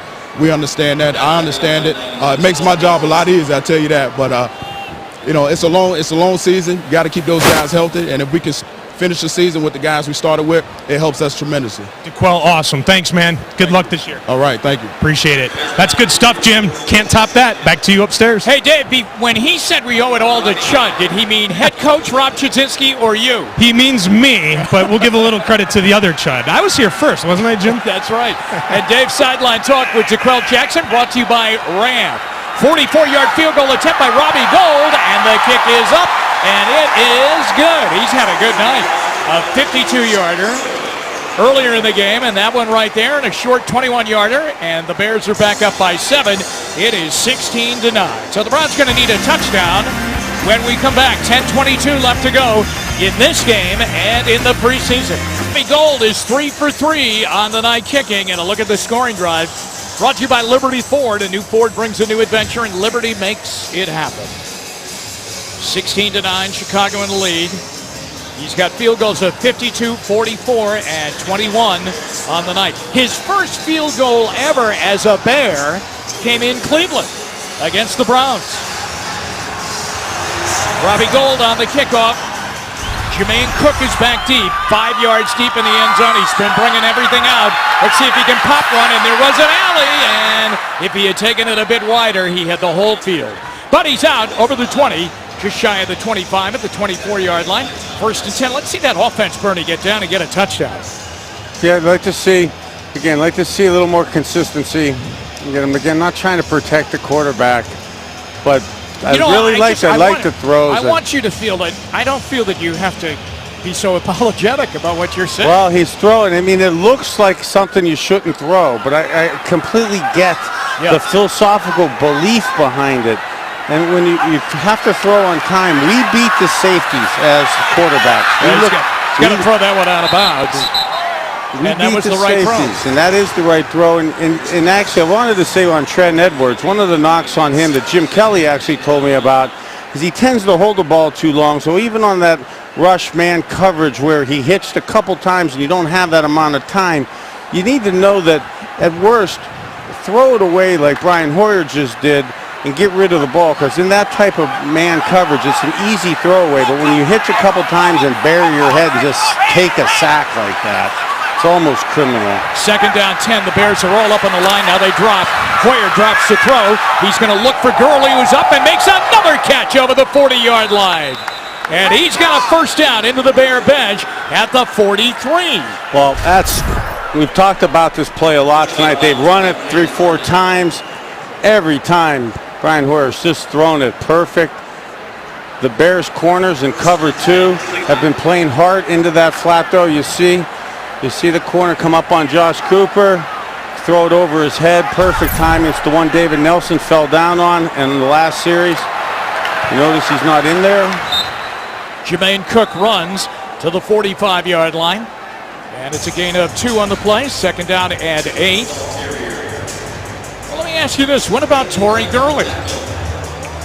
I mean, if it was deemed, and if it was ever deemed that Nelson is not ready, and I mean, that's worth the discussion, this guy has really caught everything that's come his way. Yeah. And he's played special teams too. He's played real solid. I'm not sure David Nelson, as a backup, 4th, 5th type receiver, is going to be able to play special teams.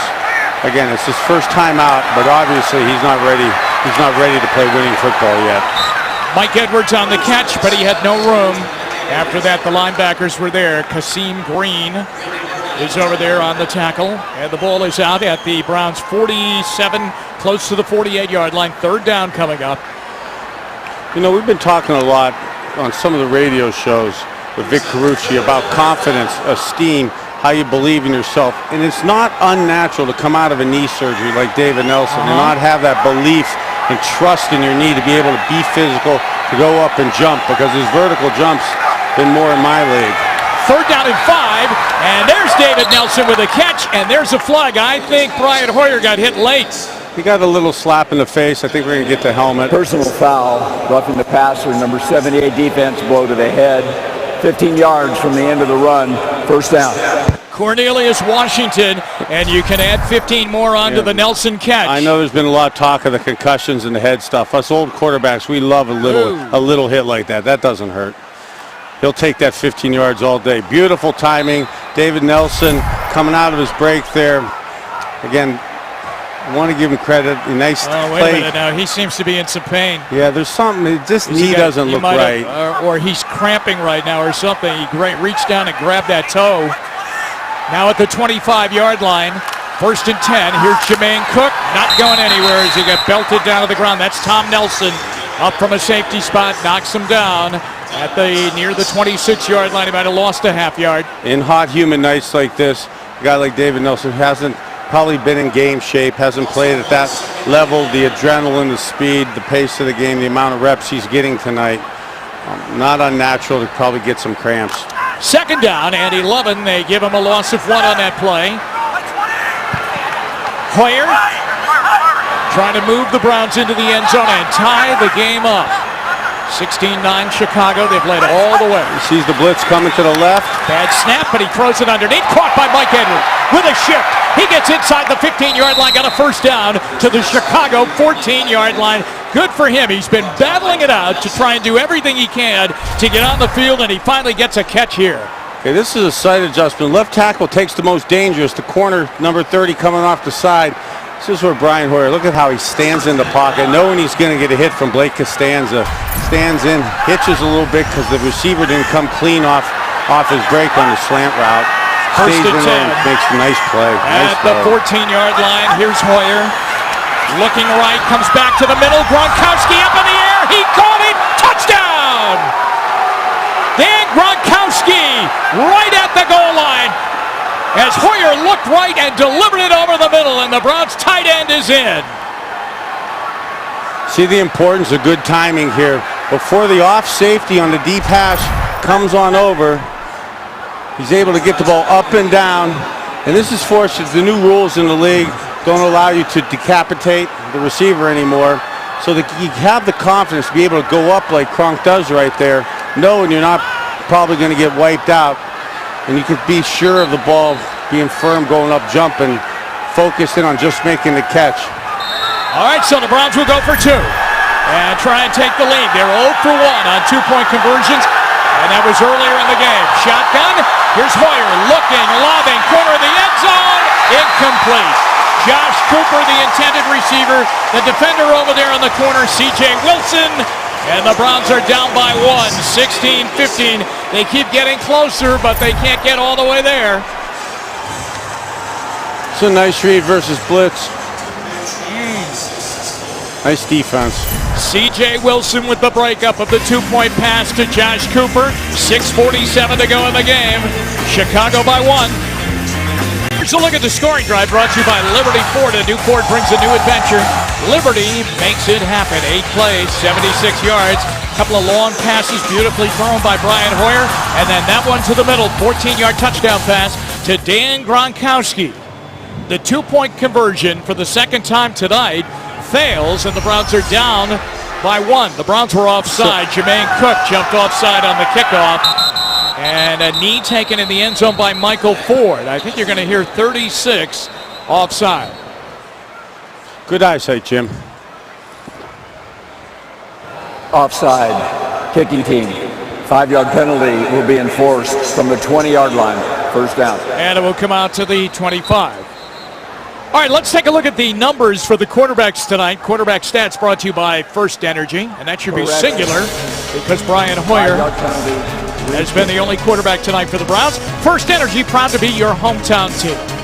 23 for 33. Look at that, 298 yards. Fantastic job for a preseason game.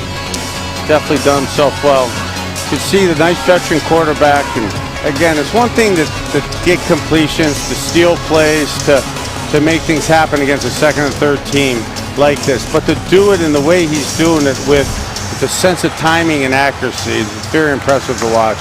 All right, so now Chicago is going to make the Browns kick it over again as we look at Brian Hoyer. So 5 yards back on the penalty on Jermaine Cook.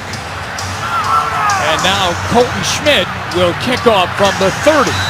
Now the advertisement on him was big, strong leg and very, very good on kickoffs. So let's watch him again. Now this from the 30, and he puts this one over, and from the 1 yard line, Michael Ford, he's got a 100-yarder already this preseason, and you got to bring him down. And he's over the 30-yard line. Paul Hazel makes the tackle at the 32. What do you think about that kid? Is he going to make this Bears roster? Well, I think for sure he's going to make the roster, especially I got myself in some issues with the Rams receivers. The guy in front of him, Armando Allen, a second-year back from Notre Dame, he's the guy who, amazingly, a running back who avoids contact, who didn't try to block at all on a couple of those plays. Ford's definitely shown himself more, and Coach Chessman wouldn't have a guy in here running all these special teams plays and playing the second and third quarter if he didn't want to like him. And he's played significantly better. And again, Allen did a couple things that don't show up a ton in the stat sheet, but he did some things that lacking aggressiveness, lacking the will to want to be part of a physical play, and that does not bode well for him on this team, nor having people on film see something that poorly executed. Harvey Unga on the catch, and the fullback's getting a lot of work here in the late stages of the third quarter and fourth quarter tonight. Second down and 6. James Michael Johnson brought him down. Unga remains the only running back. Trent Edwards nursing a 1-point lead at 16-15. Golden coming on a fake reverse. They give it to Unga. He runs wide, and he carries a tackler out near a first down. The Browns get in there and steal the ball. They say they have it. They do. So it's stolen by L.J. Fort. Right in the pile, away from Harvey Unga, and the Browns get the ball in Bears territory at the 44-yard line. Unga, the fullback from BYU, and L.J. Fort played himself a good game. Fort's played a good game. We'll take a timeout. Browns ball when we come back. 5:47 to go in the game. 16-15, Bears. All right, after L.J. Fort stole the ball from Harvey Unga, the Browns down by 1. Start at the Bears' 44-yard line. Hoyer to pass again. Bryant with time. Throws. Kellen Davis has got it. He gets driven, but not before he fights for a first down, or up near it at the 35-yard line of Chicago. Taken into the sideline, but up near a first down. They're going to say second down and less than 1. I like the play call. It's in a run formation, 2 tight ends set. So a run-looking formation, tight bunched in. To do the play action pass off of that to get 9.5 yards. I really love in a regular season game taking a chance down the field on second and short like this. Safety Tom Nelson coming on a blitz, but Cook runs right through the blitz, and he's got a first down to the Chicago 25-yard line. Finally in on the tackle for the Bears, Anthony Walters, and it's a 1st and 10. That's about as much running room as they have had tonight. Yeah, well-blocked play, obviously, at the point of attack. It's as big a hole as we've had up the middle. 4:45 left to go in the game. The Browns are down by 1. Now remember, their kickers are not with them tonight. Here's Cook with a bounce left, a bounce right, and a couple of yards. Inside the 25, down to the 22, give them 3 on the play. And by that I mean Shane Graham, their field goal kicker, came up with a tight bat in pregame warm-ups. So Spencer Lanning, the punter, has been handling place kicking too, and he's missed one and made one tonight. There's Lanning, and there's Graham with the baseball cap on. Still trying to see how you come up with a tight back when it's 88 degrees here tonight. Second down and 7, offset eye backfield. Hoyer right back to the run. Here's Cook. He'll get hit. He got away from Costanzo for a moment and turns it into a 1-yard gain down near the 21-yard line. Underneath 4 minutes left to go. Hoyer outside the huddle, waiting for the call. Ryan's really done a nice job on a night when the Browns could really not use Jason Campbell because he's been ill with the flu. Not typical, too, to one quarterback because of Jason Campbell being sick with the flu to get all 4 quarters in. He's taken a lot of hits. Yep. Now he's got 3rd down and 7 at the 22. He's got press coverage to the top of your screen. Hoyer settles, throws up high, incomplete. Intended for Mike Edwards down at the 15-yard line. It is 4th down, and I think they're going to let Lanning come out and try and kick it, and he is. So they thought about it for a second, and the offense kind of stutter step. Should we come on? Should we stay on? We're coming on, and Lanning's coming in. And it's going to be a 40-yard field goal attempt for Spencer Lanning. Colton Schmidt will hold. Christian Yacht will snap it with 3:20 left. This is to give the Browns their first lead of the night. Lanning's kick is up, and it is good from 40 yards away. Spencer Lanning connects, and the Browns lead for the first time in the game, 18-16 with 3:15 left to go. Look at the Browns bench come off there and congratulate him. Graham out there, Coach Chud out there. Good job, huh? Yeah, and the shot before that said Coach Tabor. Here's the bench watching that. This is the most excitement Coach has shown in a while. I'd like to see that from our special teams coach. Chris Tabor says, "Attaboy, way to go." I mean, what a job. He comes to the stadium tonight, and he says, "Oh, I'm going to be punting tonight. Maybe Schmidt will punt a little bit." And then they say, how about kicking too? Well, we said earlier in the game when he struggled on that first kick, the 41-yarder, to come back and make a couple kicks like he has. And remember, the other one was right at the end of the half with only 2 seconds left. To be able to do stuff like that and show your versatility, as unique a situation as this may appear to be, there's been situations, even in my career, that happen annually within the league where something happens with your field goal kicker, your kickoff guy, during a game, pre-game in this case, and you have to do an emergency thing, and to have somebody like this who has the ability to not embarrass the team and not embarrass himself and be able to make plays, it's very impressive to watch. Well, that's a surprise if Michael Ford would take a knee, but I think he juggled the ball on his kneecap when he was trying to catch it. Now, I want to go back. In your career, it seems to me, one time early in the game, Matt Barr came up hurt, did he not? Well, again, that's kind of what my mind reflected to. I try to tend to stay away from games when I played, but yes, Matt Barr tore his knee up. And didn't Jeff Gossett have to? Or was he the punter No, at the time? it was even worse fate than that. Who was Harry Holt was going to do the backup kicking, so they kept telling me towards the end of the game that Harry's going to do the kicking, and I love Harry, but he's a backup tight end behind Ozzie. Right. He's 2 bills north of 300 pounds, going to do the kicking, so I knew against the Steelers I better do a little audible to Webster and see if I could score a touchdown in overtime to make that scenario not happen.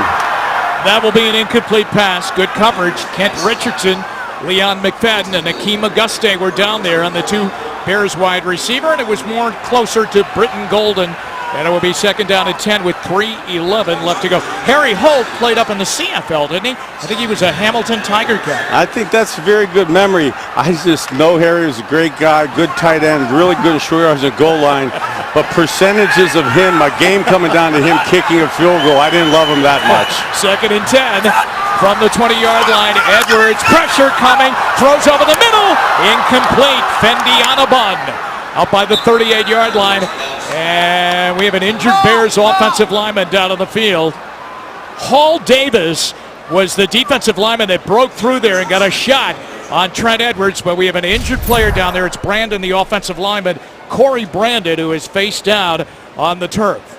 Oh, look at his left leg. Ow, I hate to see that. So he was wrapped up with Justin Cole, but there's Hall Davis coming in. Oh, you don't like to see that. That does not look good. Well, there you are. You've made it through training camp. 4 preseason games, and with 3:06 left to go in the last preseason game, you go down with an injury like that. Hall Davis had an excellent pass rush. You know what's going to be fun? It's going to be fun when, and we're being told now that, the Browns aren't doing a lot of what they're going to do with pass rush in the preseason. They're just saying, hey, listen, beat your man, get into the quarterback. But it will be fun to see a week from Sunday against the Dolphins. All right, what's it going to be like when they start really doing what Ray Horton wants to do with that pass rush? Yeah, and a lot of times, though, I think in Ray Horton's past, he's done an aggressive amount of blitzing because he didn't have the depth in pass rushers that we have at our defensive line right now. When you're able to get pressure like we've been getting with just 4 and 5 guys like this, I mean, we've been crushing the pocket consistently through the first 4 preseason games. Granted, preseason's not like the regular season, but that being said, if you could drop 7 guys in coverage, 8 guys in coverage, 6 guys in coverage, and get pressure with 3, 4, 5 guys, that gives you so many options, especially when people have been talking about, are we thin at the defensive back, the cornerback position? It's a nice way to cover up for and give the secondary, give some guys some extra help. All right, that was Ray Horton. He's in the booth next to us. There's the cart coming out to attend to Corey Brandon, the offensive lineman. Ray Horton brought over from the Arizona Cardinals. He actually interviewed for the head coaching job with the Browns, as did Mark Trestman, who interviewed with the Browns, and then Rob Chudzinski was named. After that, Norv Turner brought in as the coordinator on offense. Ray Horton comes in on defense. A true disciple of the Dick LeBeau's style of defense. I mean, that's his belief. That's the way he was coached. That's the way he played.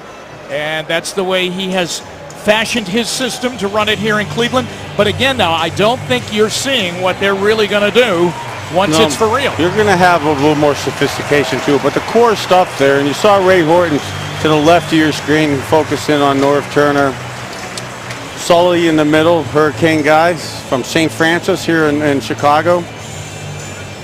Ray Horton, we're on the other side of his right shoulder, and I take offense because I was commenting on his new hairstyle so much that he put up those pieces of paper right there to block his view from me heckling him during the game. From Atlanta tonight, I'll give you a final score. The Indians are swept in that 3-game series by the Atlanta Braves. They lose tonight. 3-1 was the final score. So in that 3-game series, the Indians on the first night did not score. Last night they scored 2 runs, and tonight they score only 1 run, and they are swept. Now they go to Detroit over the weekend to play the Tigers, and the Bears come back out with 3:06 left to go. Here in the fourth quarter, they're down by 2, and Trent Edwards has 3rd and 10 from his own 20-yard line. And they have man coverage outside. This is a 6-7 man blitz. And it is caught. Tolliver's got it over the 30 on Leon McFadden. And it will be an 11-yard gain out to the 31-yard line. 1st and 10 for the Bears. Tolliver then comes up limping, but he's going to stay in the game. 1st and 10 Chicago from their own 31-yard line. Trent Edwards to throw. Late rush. He throws. Caught. Harvey Unga, who fumbled on his last touch of the ball, catches this one and carries out to the 40-yard line. Finally brought down there. He might be just shy of the first down with 2:34 left to go in the game. And I think the Bears have an injured receiver. Tolliver is limping around, but he is staying on the field. Trent Edwards gets the play. 2nd down, less than 1 from the Chicago 40-yard line. Here's Edwards. Up to pass, throwing near side. Tolliver, well, he's not limping there. He caught it and got into the Bears sideline for a first down. And Leon McFadden is having a tough time with him. Yeah, McFadden got out of his back pedal, slipped a little bit. 2:13 left to go, so they're not even at the 2-minute warning yet, and they're out near midfield. Here's the play. Look at McFadden. Look at the cushion, and then another slip. We've seen David Nelson go down a few times, and McFadden goes down there. 1st and 10, Chicago from their own 49-yard line. Suddenly the Browns rush, not getting there. Edwards fires, and that's caught. Tolliver's got it again, and he's down to the Browns' 40-yard line. They went to the other side. Abdul Kenna on the coverage, and Chicago's got a first down. 2 minutes to go in the ball game. Timeout from Soldier Field. And the score, the Browns 18, Chicago 16, but moving into Robbie Gould field goal range. 2 minutes left to go in the preseason here at Soldier Field in Chicago. The Browns lead 18-16, but the Bears have moved down and have it 1st and 10 at the Cleveland 40-yard line. Trent Edwards at quarterback. Saw the Browns creep those linebackers right in the middle of the defensive front. Backed off. You've seen these splits a few times today in the signal. And he's lobbing a ball, looking for Lenz, and it is incomplete. I'll tell you, McFadden's lucky he didn't get a flag thrown on him. He had Lenz's jersey as he was going down the field, and it will be 2nd down and 10. You remember, Lenz is the guy who caught that deep throw Did a nice job of using his left hand to swat the DB away. Has a nice release there, doesn't need to. Trent Edwards wants that back. 2nd and 10. For a receiver that open. Especially after you've thrown the slants a couple times off of that. To throw the takeoff, we've seen that signal a few times today. It's either a takeoff or a fade stop. But to make a poor throw like that. Well, they're going to try and run it. Here's Unga to the sideline, and he's inside the 40 at the 39-yard line. McFadden up on the tackle with Justin Staples. And it will be 3rd down and long now for the Bears with 1:43 left to go in the game. Both teams have all of their timeouts left.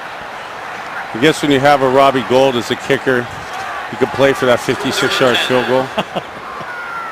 Well, you're right. I mean, he's hit from 52 tonight, and he's 3 for 3. Now they're at the 40-yard line, 3rd down and 10.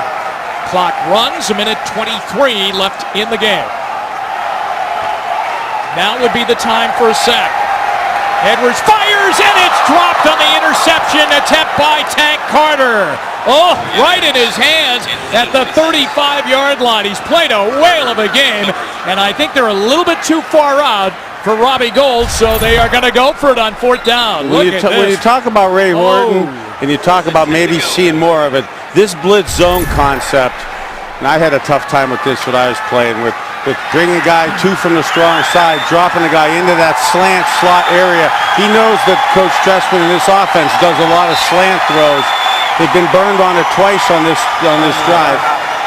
All right, Chicago called a timeout, and I want to be honest with you, the Browns really needed a timeout because Hakeem Auguste was looking back to Johnson Botamosi, the safety, who kind of gets them lined up there in the secondary, and he was saying, where should I be? Where should I go?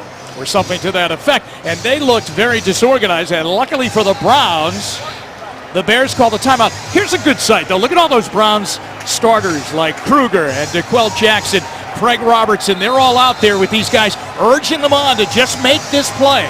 Yeah, it's nice to see the camaraderie, even in a game that, really doesn't mean anything, to see the camaraderie, to see guys out there. Again, Ray Horton in the heat of battle. He can't let Trestman and the Bears hit another slant, so he does something to take it away. In retrospect, I'm a little disappointed. Jay Cutler's got a new coach, a new system. He's not even in the action. He's away from the play on the other sideline, not even paying attention to how possibly this situation will come down in a regular season game and how they're going to be implementing and strategy type things right here. They're going to change their mind and attempt a field goal. And it's going to be close to 57 yards on the attempt by Robbie Gould, and everybody's out of their seats here at Soldier Field. This is to give them the lead, his 4th field goal of the night if he makes it. Snap back, Gould kicks it. End over end, plenty of length, and it is no good, wide right. And the Browns defense does the job. Robbie Gould says, I'll be better when we play the Packers. Because he's pretty good. Yeah, and again, this is a preseason game, so how exactly it would be run from a play calling standpoint is to be determined. Again, I do like what Ray Horton did. Even though they hit a couple slants, you just can't let people do it, no matter what the game is. Again, banking on a 56, 57-yard field goal to win or lose a game by the Bears from the 40-yard line won't be what they do in the regular season. Here's Jermaine Cook, his prime job now. 2 hands tight around that football and covered up. And Chicago calls a timeout. Now they'll have 1 left with 1:05 remaining, and the Browns just hold on to the ball now. And they should be okay.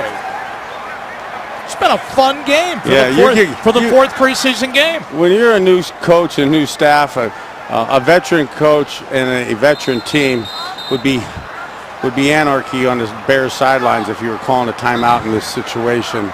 But you want to prove that you play to the end, even in a game that really is somewhat meaningless, and definitely meaningless to the playoffs and to the regular season record and to the success you could hopefully have in January. Son of a gun. This one doesn't count if the Browns hang on?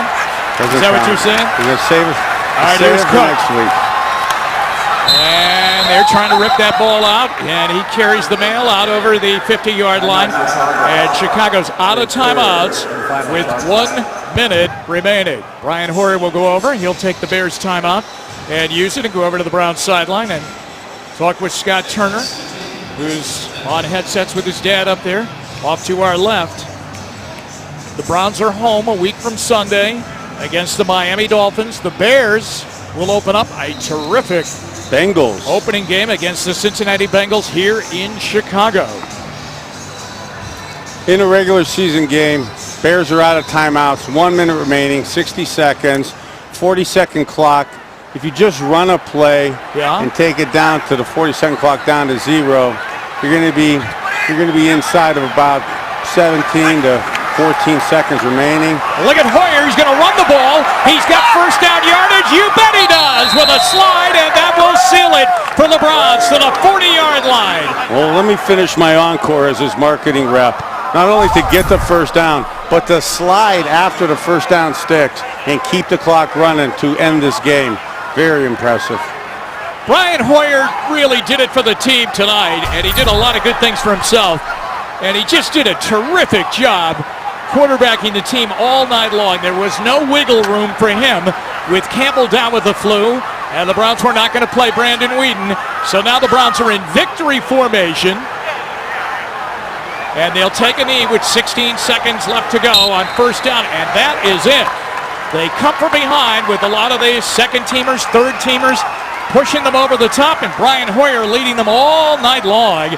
And they come back and they beat the Chicago Bears 18-16 and finish the season, the preseason, at 3-1. Bernie's right. We can't count this one. Let's take that for September 8th. But again, seeing the enthusiasm, seeing some more of the depth. You know, Jim even mentioned it. It wasn't just to keep viewership going or to make the game interesting for 4 quarters, but to see the competition of both teams really playing strong. It's better than we've seen in the last few years, and there'll be some tough cuts. I really look, since we picked up a couple guys last week on the cut down from 90 to 75, I really looked for us to be active, being one of the top teams towards being able to claim people. So I think we're going to be active over the next 72 hours in terms of trying to claim people. So just if you make the 53-man roster, I have a feeling a couple of these spots will be claimed by guys that aren't currently on this field right now. Well, I'll tell you what, a lot of fun here at Soldier Field, and good luck to both teams. That's what they're all saying. We will see the Bears in December. They'll be coming to Cleveland, and there's Rob Chudzinski. Now has to cut that roster down, get it down to regular season size by 6 o'clock Saturday night. And as Bernie mentioned, it may involve some guys leaving. It certainly will. But it may involve some other guys coming from other NFL locales. And then all destination points to a week from Sunday at First Energy Stadium when he brings his Browns out of the tunnel to take on the Miami Dolphins in the opening game. Post-game shows coming up. Final score here tonight from Soldier Field. The Browns win 18-16 over the Bears. We're back to wrap it up after a timeout.